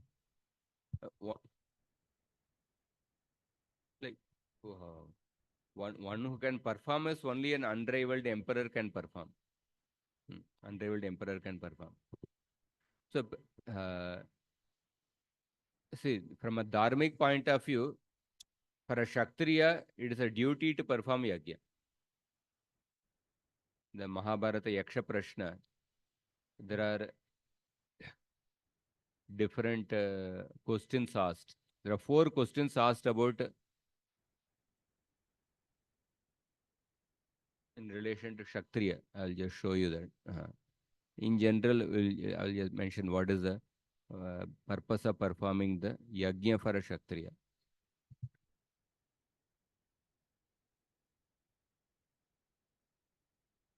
Kim Kshatriyanam devatvam kascha dharma satamiva. Kashchaisham manusho bhava kimesham asatamiva. What is the devatva of the Kshatriya? Kshatriyanam devatvam kim? And कश्च धर्म सतामिव. क्षत्रियों में सत्पुरुषों का सा धर्म क्या है? कश्चैषाम मानुषो भाव. उनका मनुष्य भाव क्या है? What is the weakness of a Kshatriya? किमेषाम सतामिव. And क्षत्रियों में असत्पुरुषों का सा आचरण क्या है? In relation to that, Yudhishthira Maharaj is saying that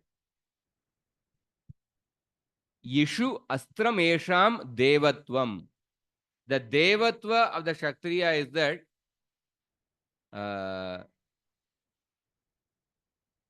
to be properly trained in using weapons. बाण विद्या क्षत्रियों का देवत्व है.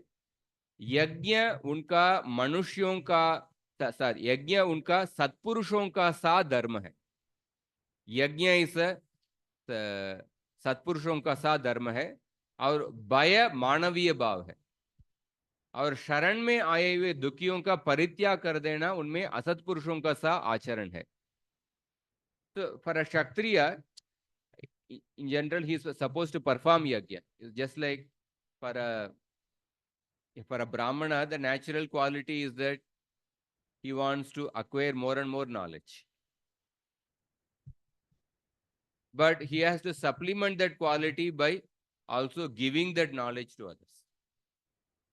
We're simply accumulating knowledge, but if he's not giving knowledge to others, then it will cause indigestion, it will cause problem to him. For a Kshatriya, the natural quality is that he wants to acquire more and more kingdom. He wants to extend his influence. But he has to supplement that by performing yajnas also more, by performing dharmic activities. The Kshatriyas have to perform. Vaishya's natural quality is that he wants to accumulate more and more wealth. And he has to supplement that quality by also proportionately increasing the charity. So, in general, Kshatriya has to perform yajna for the benefit of the citizens. And Bhagavad Gita 3rd chapter describes that. And in particular, and for Rajasuya yajna is a very special yajna. It is the king among all the yajnas. And for this yajna, special qualification is there. Only an unrivaled emperor can perform. So, and in particular, Rajasuya yajna, Yudhishthira Maharaj, of course, he is performing for the welfare of the kingdom, citizens, etc. So that the devatas will provide proper necessities for the citizens. But a more deeper spiritual purpose that is highlighted in the Bhagavatam, so to establish the supremacy of Krishna. The other scriptures, they highlight the maybe other level purposes.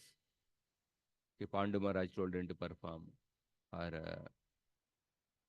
defeating Jarasandha to make the Yudhishthira Maharaj to become the emperor.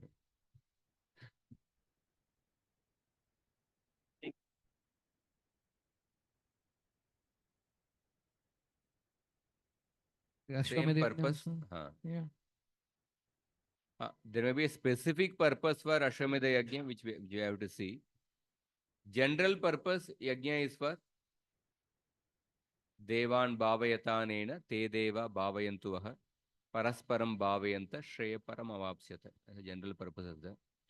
Specific purpose, Ashwamedha Yajna, when a person performs 100 Ashwamedha Yajna, one gets the qualification to become Indra. In that also they release a horse and all the kings have to submit to the main king. In that, whether all the kings have to submit, The horse, we have to check actually. That is mentioned, I don't know.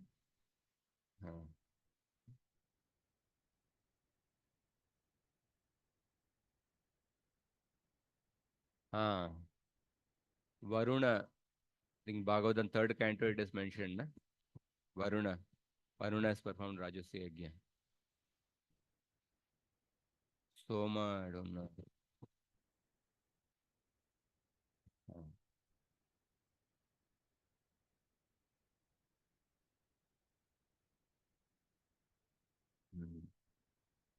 I don't know who else has performed. Varuna, I remember reading in Bhagavatam 3rd canto.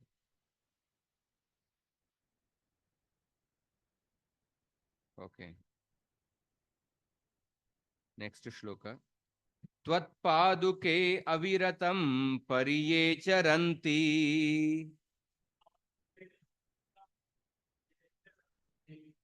ध्यायन्त्यभद्रनशने शुचयो गृणन्ति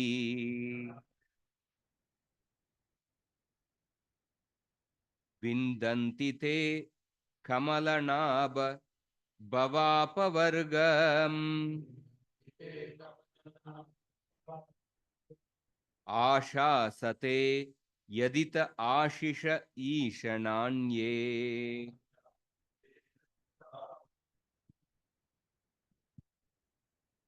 Purified persons who constantly serve, meditate upon, and glorify your shoes, which destroy everything inauspicious, are sure to obtain freedom from material existence.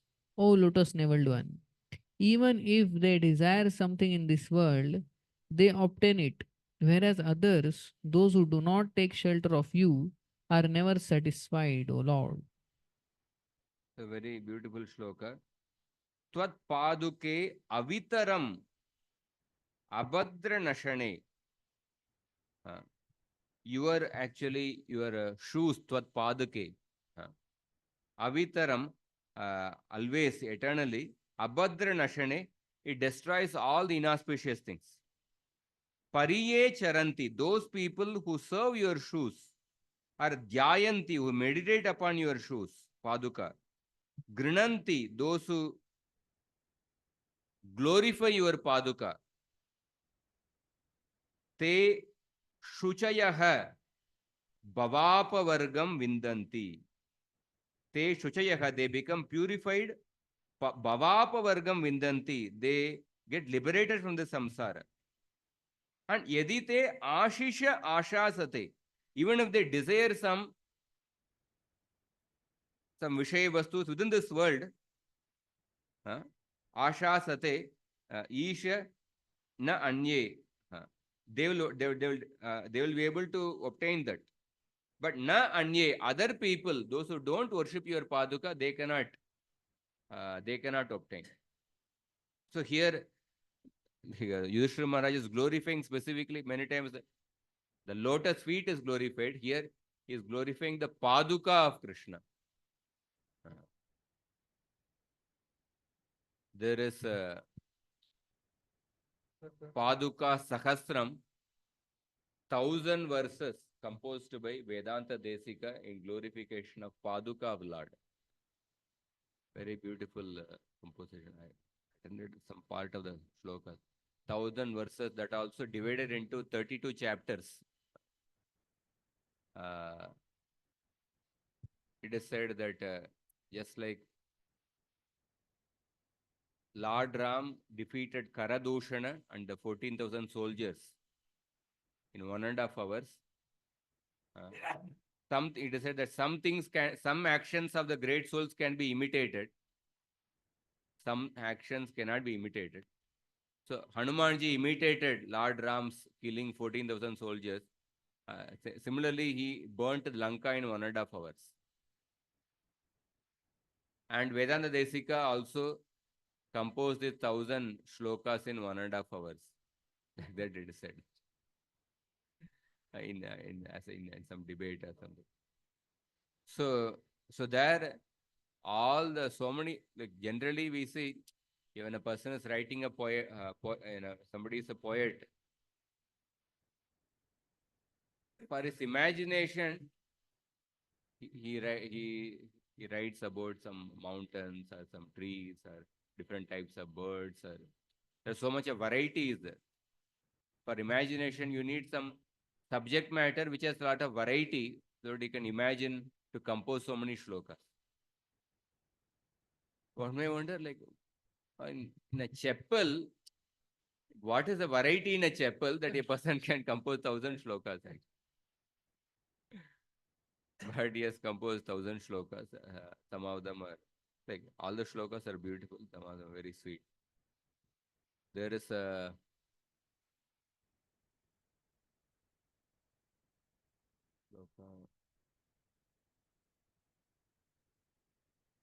there is one shloka which I remember. So Vedanta Desika says that the Paduka of the Lord is greater than the Lord. And what is the proof of that? He says that when Bharat went to Chitrakoot, he was asking Lord Ram to come back to Ayodhya. He was giving so many arguments, but Ram was evading all those arguments. And then Ram said that I will definitely come after 14 years. But Bharat asked that, what is the guarantee if you don't come? So then Lord Ram said, okay, the guarantee is that I will give the Paduka. So when he said the guarantee is that you take the Paduka, when he said like that time Bharat accepted the proposal. So suppose Vedanta Desika says that this proves that the Paduka is greater than the Lord. Why? Because suppose somebody is really in a financial shortage. He's in need of some, say, 2 lakh rupees. And he is going to somebody and then asking, please somehow give me this 2 lakh rupees. I'm in a dire need of money. And then he says, what is the guarantee that you will not return? And then he says that, suppose, take this pen. This pen is the guarantee.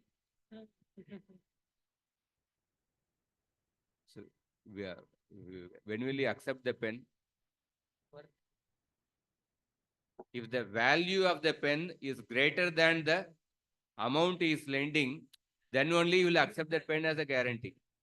That is the principle of mortgage. Na? So he said, what is this pen? Then he said, this pen is not ordinary pen, it is made of gold. So you can check, you can make an estimate of this pen, and then you can see it is definitely more than 2 lakh. If I don't return, at least you have the pen, and it is much more than 2 lakh which you have lent me. So a person will lend something to somebody when the mortgage property's value is more than what he is giving. So when Lord Ram told that, okay, I will give the Paduka. So then Bharat accepted that Paduka as the mortgage property because he knew that the value of the Paduka is greater than Lord Ram. Even if Lord Ram doesn't return, the Paduka is there, and Paduka is more valuable than Lord Ram. And then the Acharyas give further purport. They say that what does the Paduka represent? The Paduka actually represents the Acharyas.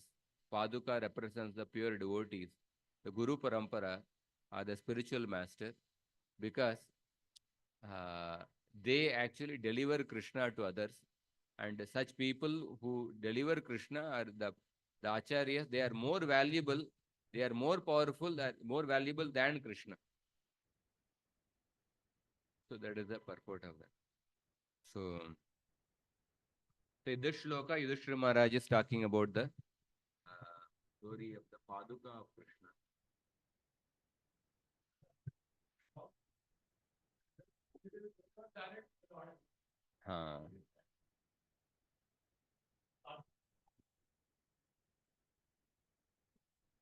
So Vishwanath Chakravarti says that Yudhishthira Maharaj is saying, we feel no great urgency to perform the Rajasuya Yajna.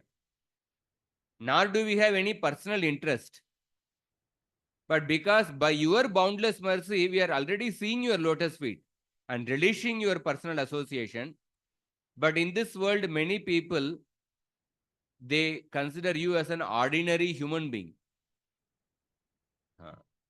They consider you as an ordinary human being. They find fault with you and even criticize your behavior. And this is an arrow piercing our heart. So that's why your devotee cannot tolerate the blasphemy of the Lord. The Sanodiya Brahmana, out of his love for Mahaprabhu, he didn't want to render service to Mahaprabhu. So normally love is exhibited by rendering personal service to the person whom you love. But Sanodiya Brahmana, he said that I will provide all the arrangements, let Govinda cook for you. I said that Balabhadra Bhattacharya cook for you. So Mahaprabhu said, why are you telling him to cook? Because he said, because if common people come to know that you have eaten the prasadam cooked by me, because I am not a very high class Brahmana, then people will find fault in the character of you. And I cannot tolerate hearing the blasphemy of you. So therefore, Sanodiya Brahmana was saying that. So here Yudhishthira Maharaj is saying, to extract this arrow from our heart, we must call to this place on the pretext of the Rajasuya sacrifice, Brahma, Shiva and other devatas and the wise brahmacharis residing in the 14 planetary systems. And when such an exalted congregation assembles, it will be incumbent upon them to arrange the Agra Puja, the first worship for the most worthy person present. Then, when they are directly shown that you are the Supreme Personality of Godhead, the arrow piercing my heart will be removed. So meditation on your slippers destroys all the inauspiciousness, including that of ignorance. Those desiring material enjoyment obtain that by worshipping you, but not those who do not worship you. But both fruity workers and pure devotees worship your lotus feet. So we see in another place in Bhakti Rasama Sindhu, when Rupa Goswami describes the Virya Bhakti Rasa, he discusses 4 categories of Virya Rasa. Yuddha Veera, Dana Veera, Daya Veera, and Dharma Veera. For Dharma Virya Rasa, he gives the example of Yudhishthira Maharaj. How Yudhishthira Maharaj, he worshipped all the devatas, but he saw the devatas as the amshas of Krishna, as the vibhutis of Krishna. And by seeing the devatas as the vibhutis of Krishna and worshipping the devatas in that mood, Yudhishthira Maharaj experienced Virya Bhakti Rasa. He experienced Virya Bhakti Rasa actually. So that example is also given in the Bhakti Rasama Sindhu.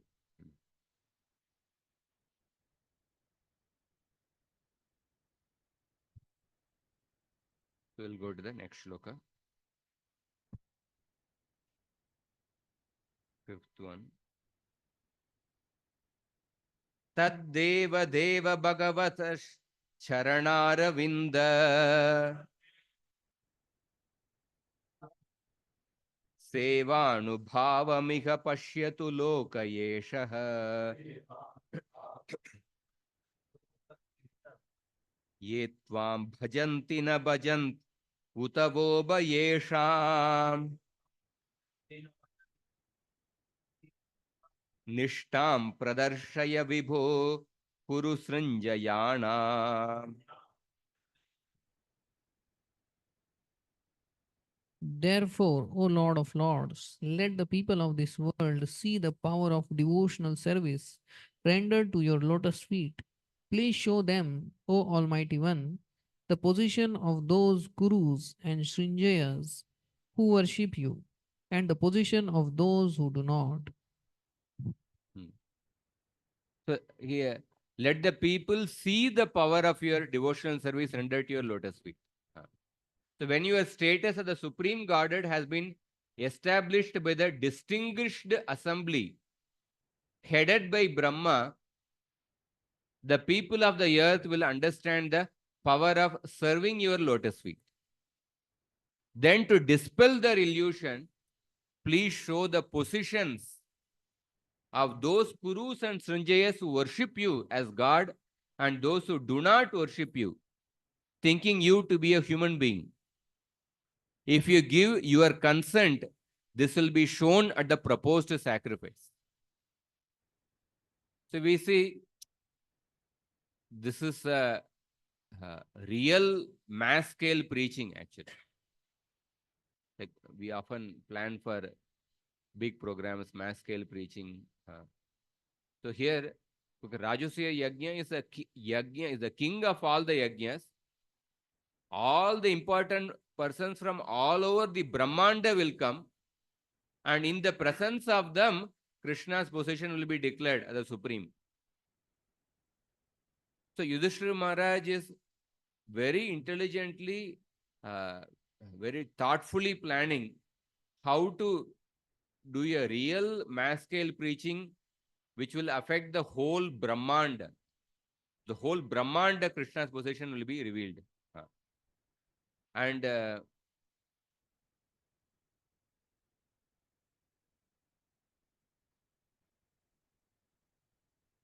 yeah. And also in the Rajasuya Yajna, so in the Rajasuya Yajna, in the Agra Puja, Krishna's position will be established. So in the Rajasuya Yajna, Krishna exhibited both his Paratva and Saulabhyata. Paratva, his greatness, and also his Saulabhyata means how he is easily approachable. Because only that person who has both these qualities, Paratva and Saulabhyata, only such a person can really benefit others. Because somebody is very great in maybe power or opulences. But if he is not easily approachable, then what is the use of him to the common people or for anybody? All his powers are not approachable. And if somebody is easily approachable, but he doesn't have any power to solve the problems of others, then what is the use of him to common people? So only that person who has both Paratva and Saulabhyata, only such a person can be of help to others. So in the Rajasuya Yajna, so we see throughout the Bhagavata many places, Krishna's Paratva and Saulabhyata both were shown in different places. In the Rajasuya Yajna, Krishna's supremacy was established by everyone. And when everyone came to Rajasuya Yajna, Yaddharma Sunur Batarajasuye Nirikshya Drik Swastyayanam Triloka Katsyena Chadyeha Gatam Vidatur Arvak Sritau Kaushalam Ityamanyata. Everyone thought that, oh, this Krishna is the most beautiful person in the entire universe. So at the same time, they saw in the Rajasuya Yajna, Krishna was performing the service of washing the feet of all the sages and the Brahmanas who were coming to the Rajasuya Yajna. So they saw Krishna Saulabhyata, how he was performing the service of washing the feet.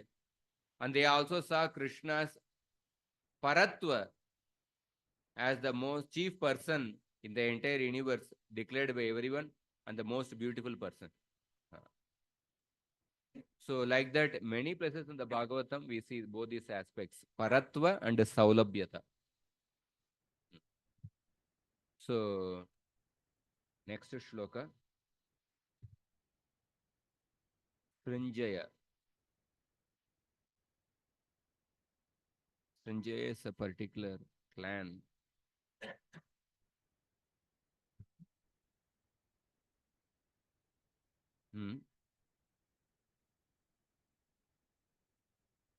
Sanjay, I have to check actually. I'll check and tell. Next shloka.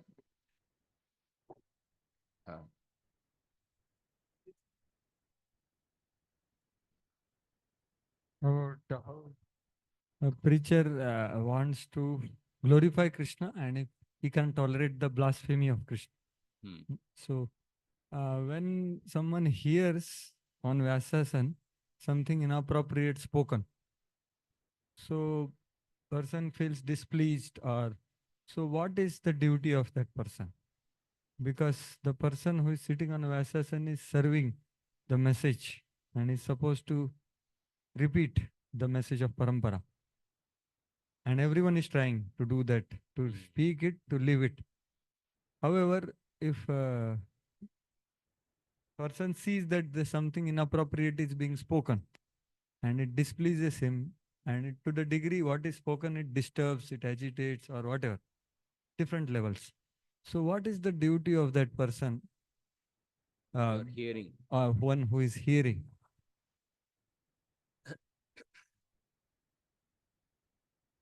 We can raise questions actually. We can raise questions appropriately. Only that opportunity is there. That what the person has spoken. How when you see that suppose it's not according to the shastra or the shastric behavior something, he can definitely ask question, because shastrokta guru nishta, shastrokta, the different any person, whether in Vyasasan or a guru or any authority, he is a representative of the shastra.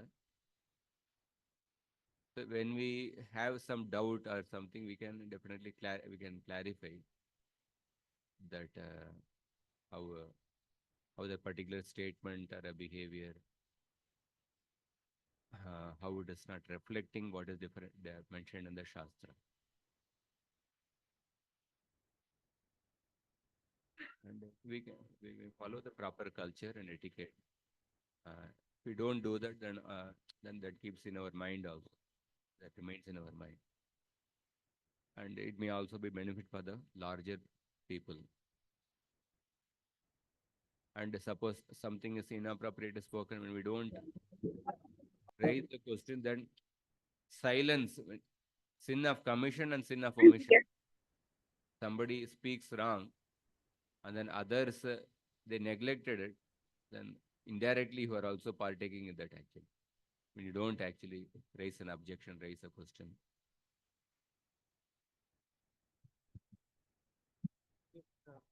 In addition to what want to clarify further, that natural to actually glorify something which one experiences in bhakti, in the presentation of Krishna consciousness, and tend to overemphasize or incline to speak about it, glorify it.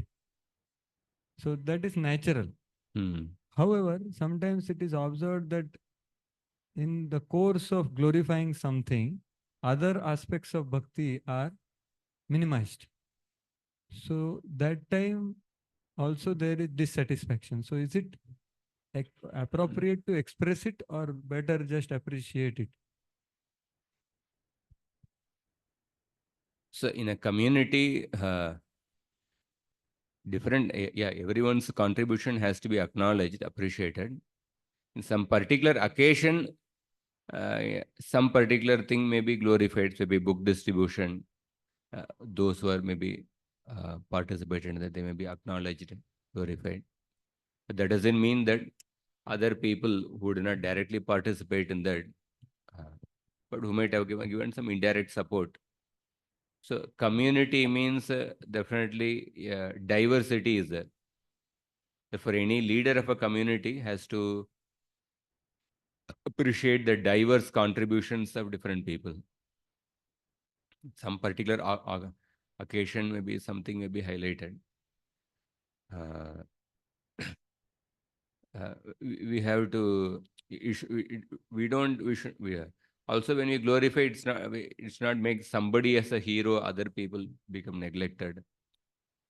No, others also, even somebody is not directly participating in that particular role, but other people, once His Holiness Radhanath Swami Maharaj, he was addressing a group of brahmacharis.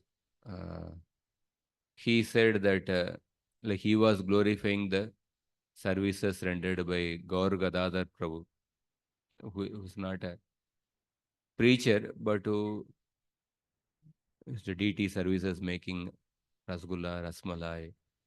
So he said that when a devotee, when a preacher is getting success in his preaching, he must understand that because Gaur Gadadhar Prabhu is offering such making such rasgullas, and because of the rasgullas, Radha Gopinath is so pleased, and therefore he is empowering you to preach nicely.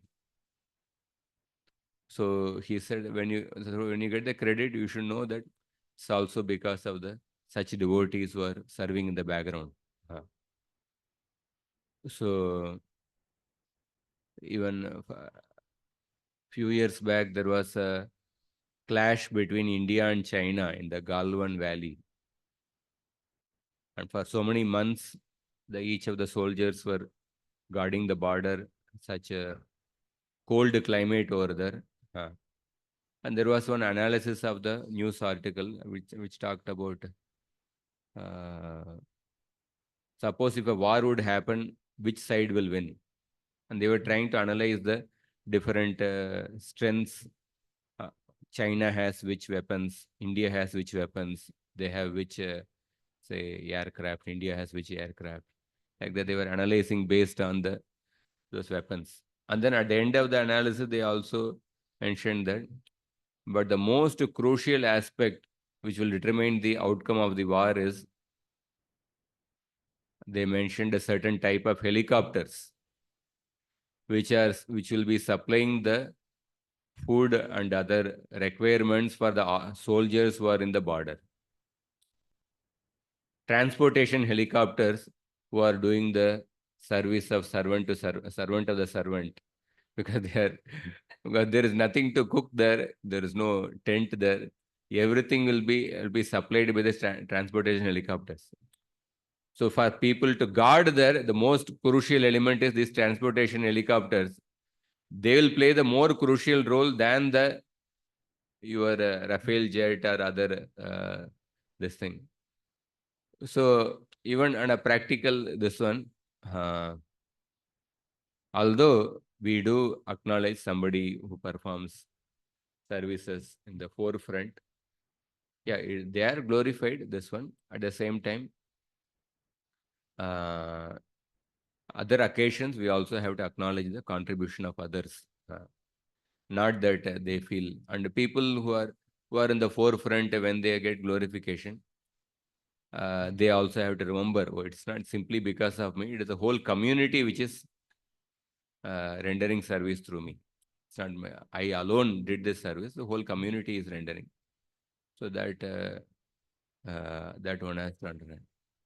Just like even Prabhupada says, even in the act of evacuating something, you are controlled by some devata. So similarly, when we are doing some activity, either in the forefront or something, we are able to perform that activity because of the cooperation of many people. The devatas are different devotee community, different devotee friends or others who are making prasadam. So that the devotee has to remember, and also a community leader point of view, he has to create that balance in such a way that even every person's contribution is acknowledged.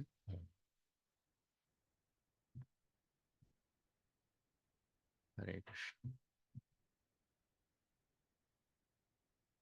So, sixth shloka. न ब्रह्मण स्वपर भेद मतिस्तव स्यात् सर्वात्मन समदृश स्वसुखानुभूतेः Tam sevatam surataro rivate prasada. Sevanurupamudayo na viparyayotra.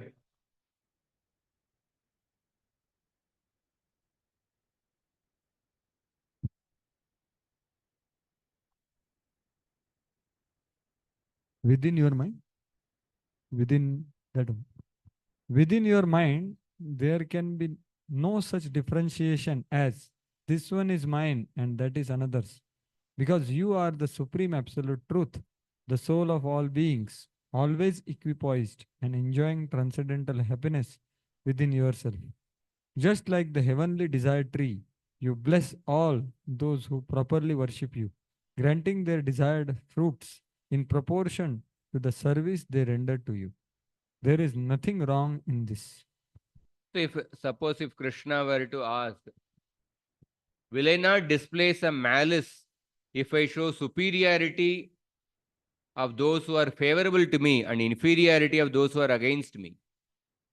In response, Yudhishthira Maharaj says that, no, you don't have a mentality of prejudice, distinguishing on the basis of my side and the other side, since you are the completely pure absolute truth.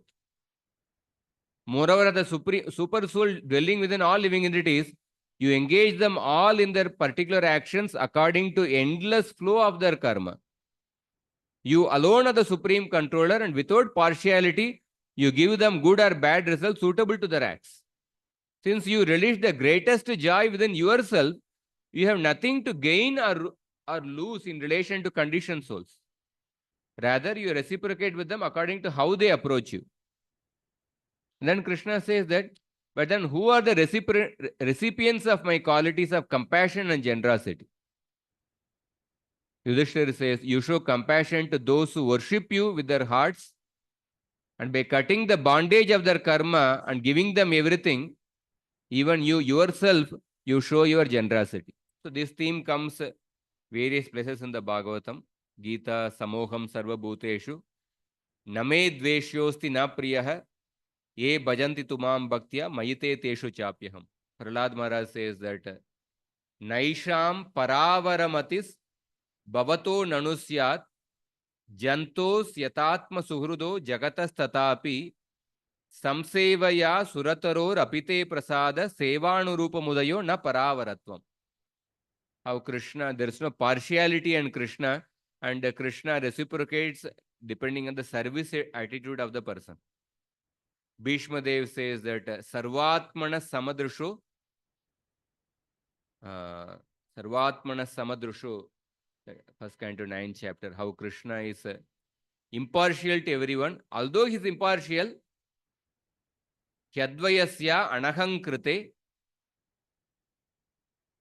Tatkritam Mati Vaishanyam Niravadyasya Nakvachit. How Krishna has no, there is no sense of partiality, and Krishna is equal to everyone. There is no Vishama Buddhi or a Pakshapata attitude in Krishna. And then next verse he says that Tatapi Ekanta Bhakteshu Pashya Bhupanu Kampitam.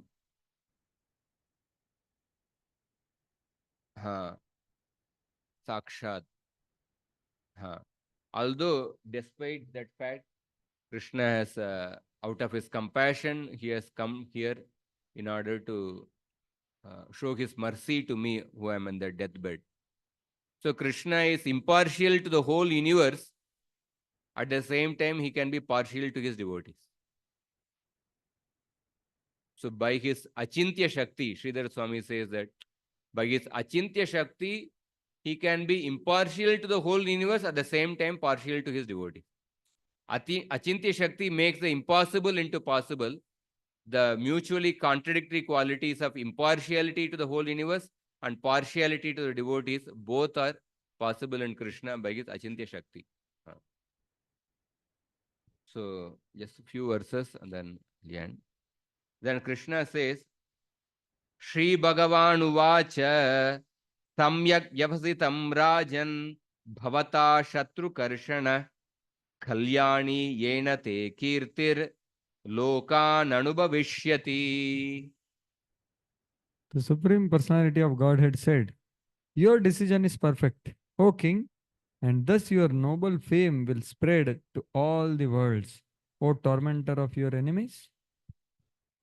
So Krishna is seeing from the point of view of Yudhishthira Maharaj's fame getting spread all over the world. Krishna, so certainly you have a permission to perform the sacrifice, because Krishna sees from Yudhishthira Maharaj is seeing the sacrifice from the point of view of establishing Krishna's supremacy. But Krishna sees from the point of view of Jarasandha getting eliminated and the power center getting transferred to Yudhishthira and establishment of Dharma in this world and Yudhishthira's fame getting spread all over the world. And then Duryodhan, Bhima, Kalaha, and then the Kurukshetra war.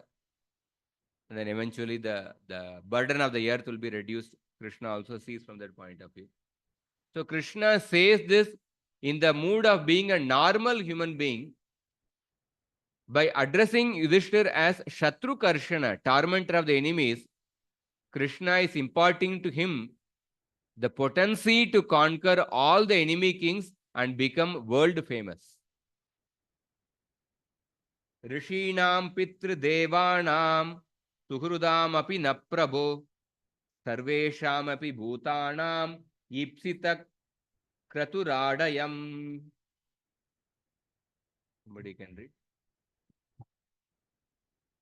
Indeed, my Lord, for the great sages, the forefathers, and the demigods, for our well-wishing friends, and indeed for all living beings, the performance of this king of Vedic sacrifices is desirable.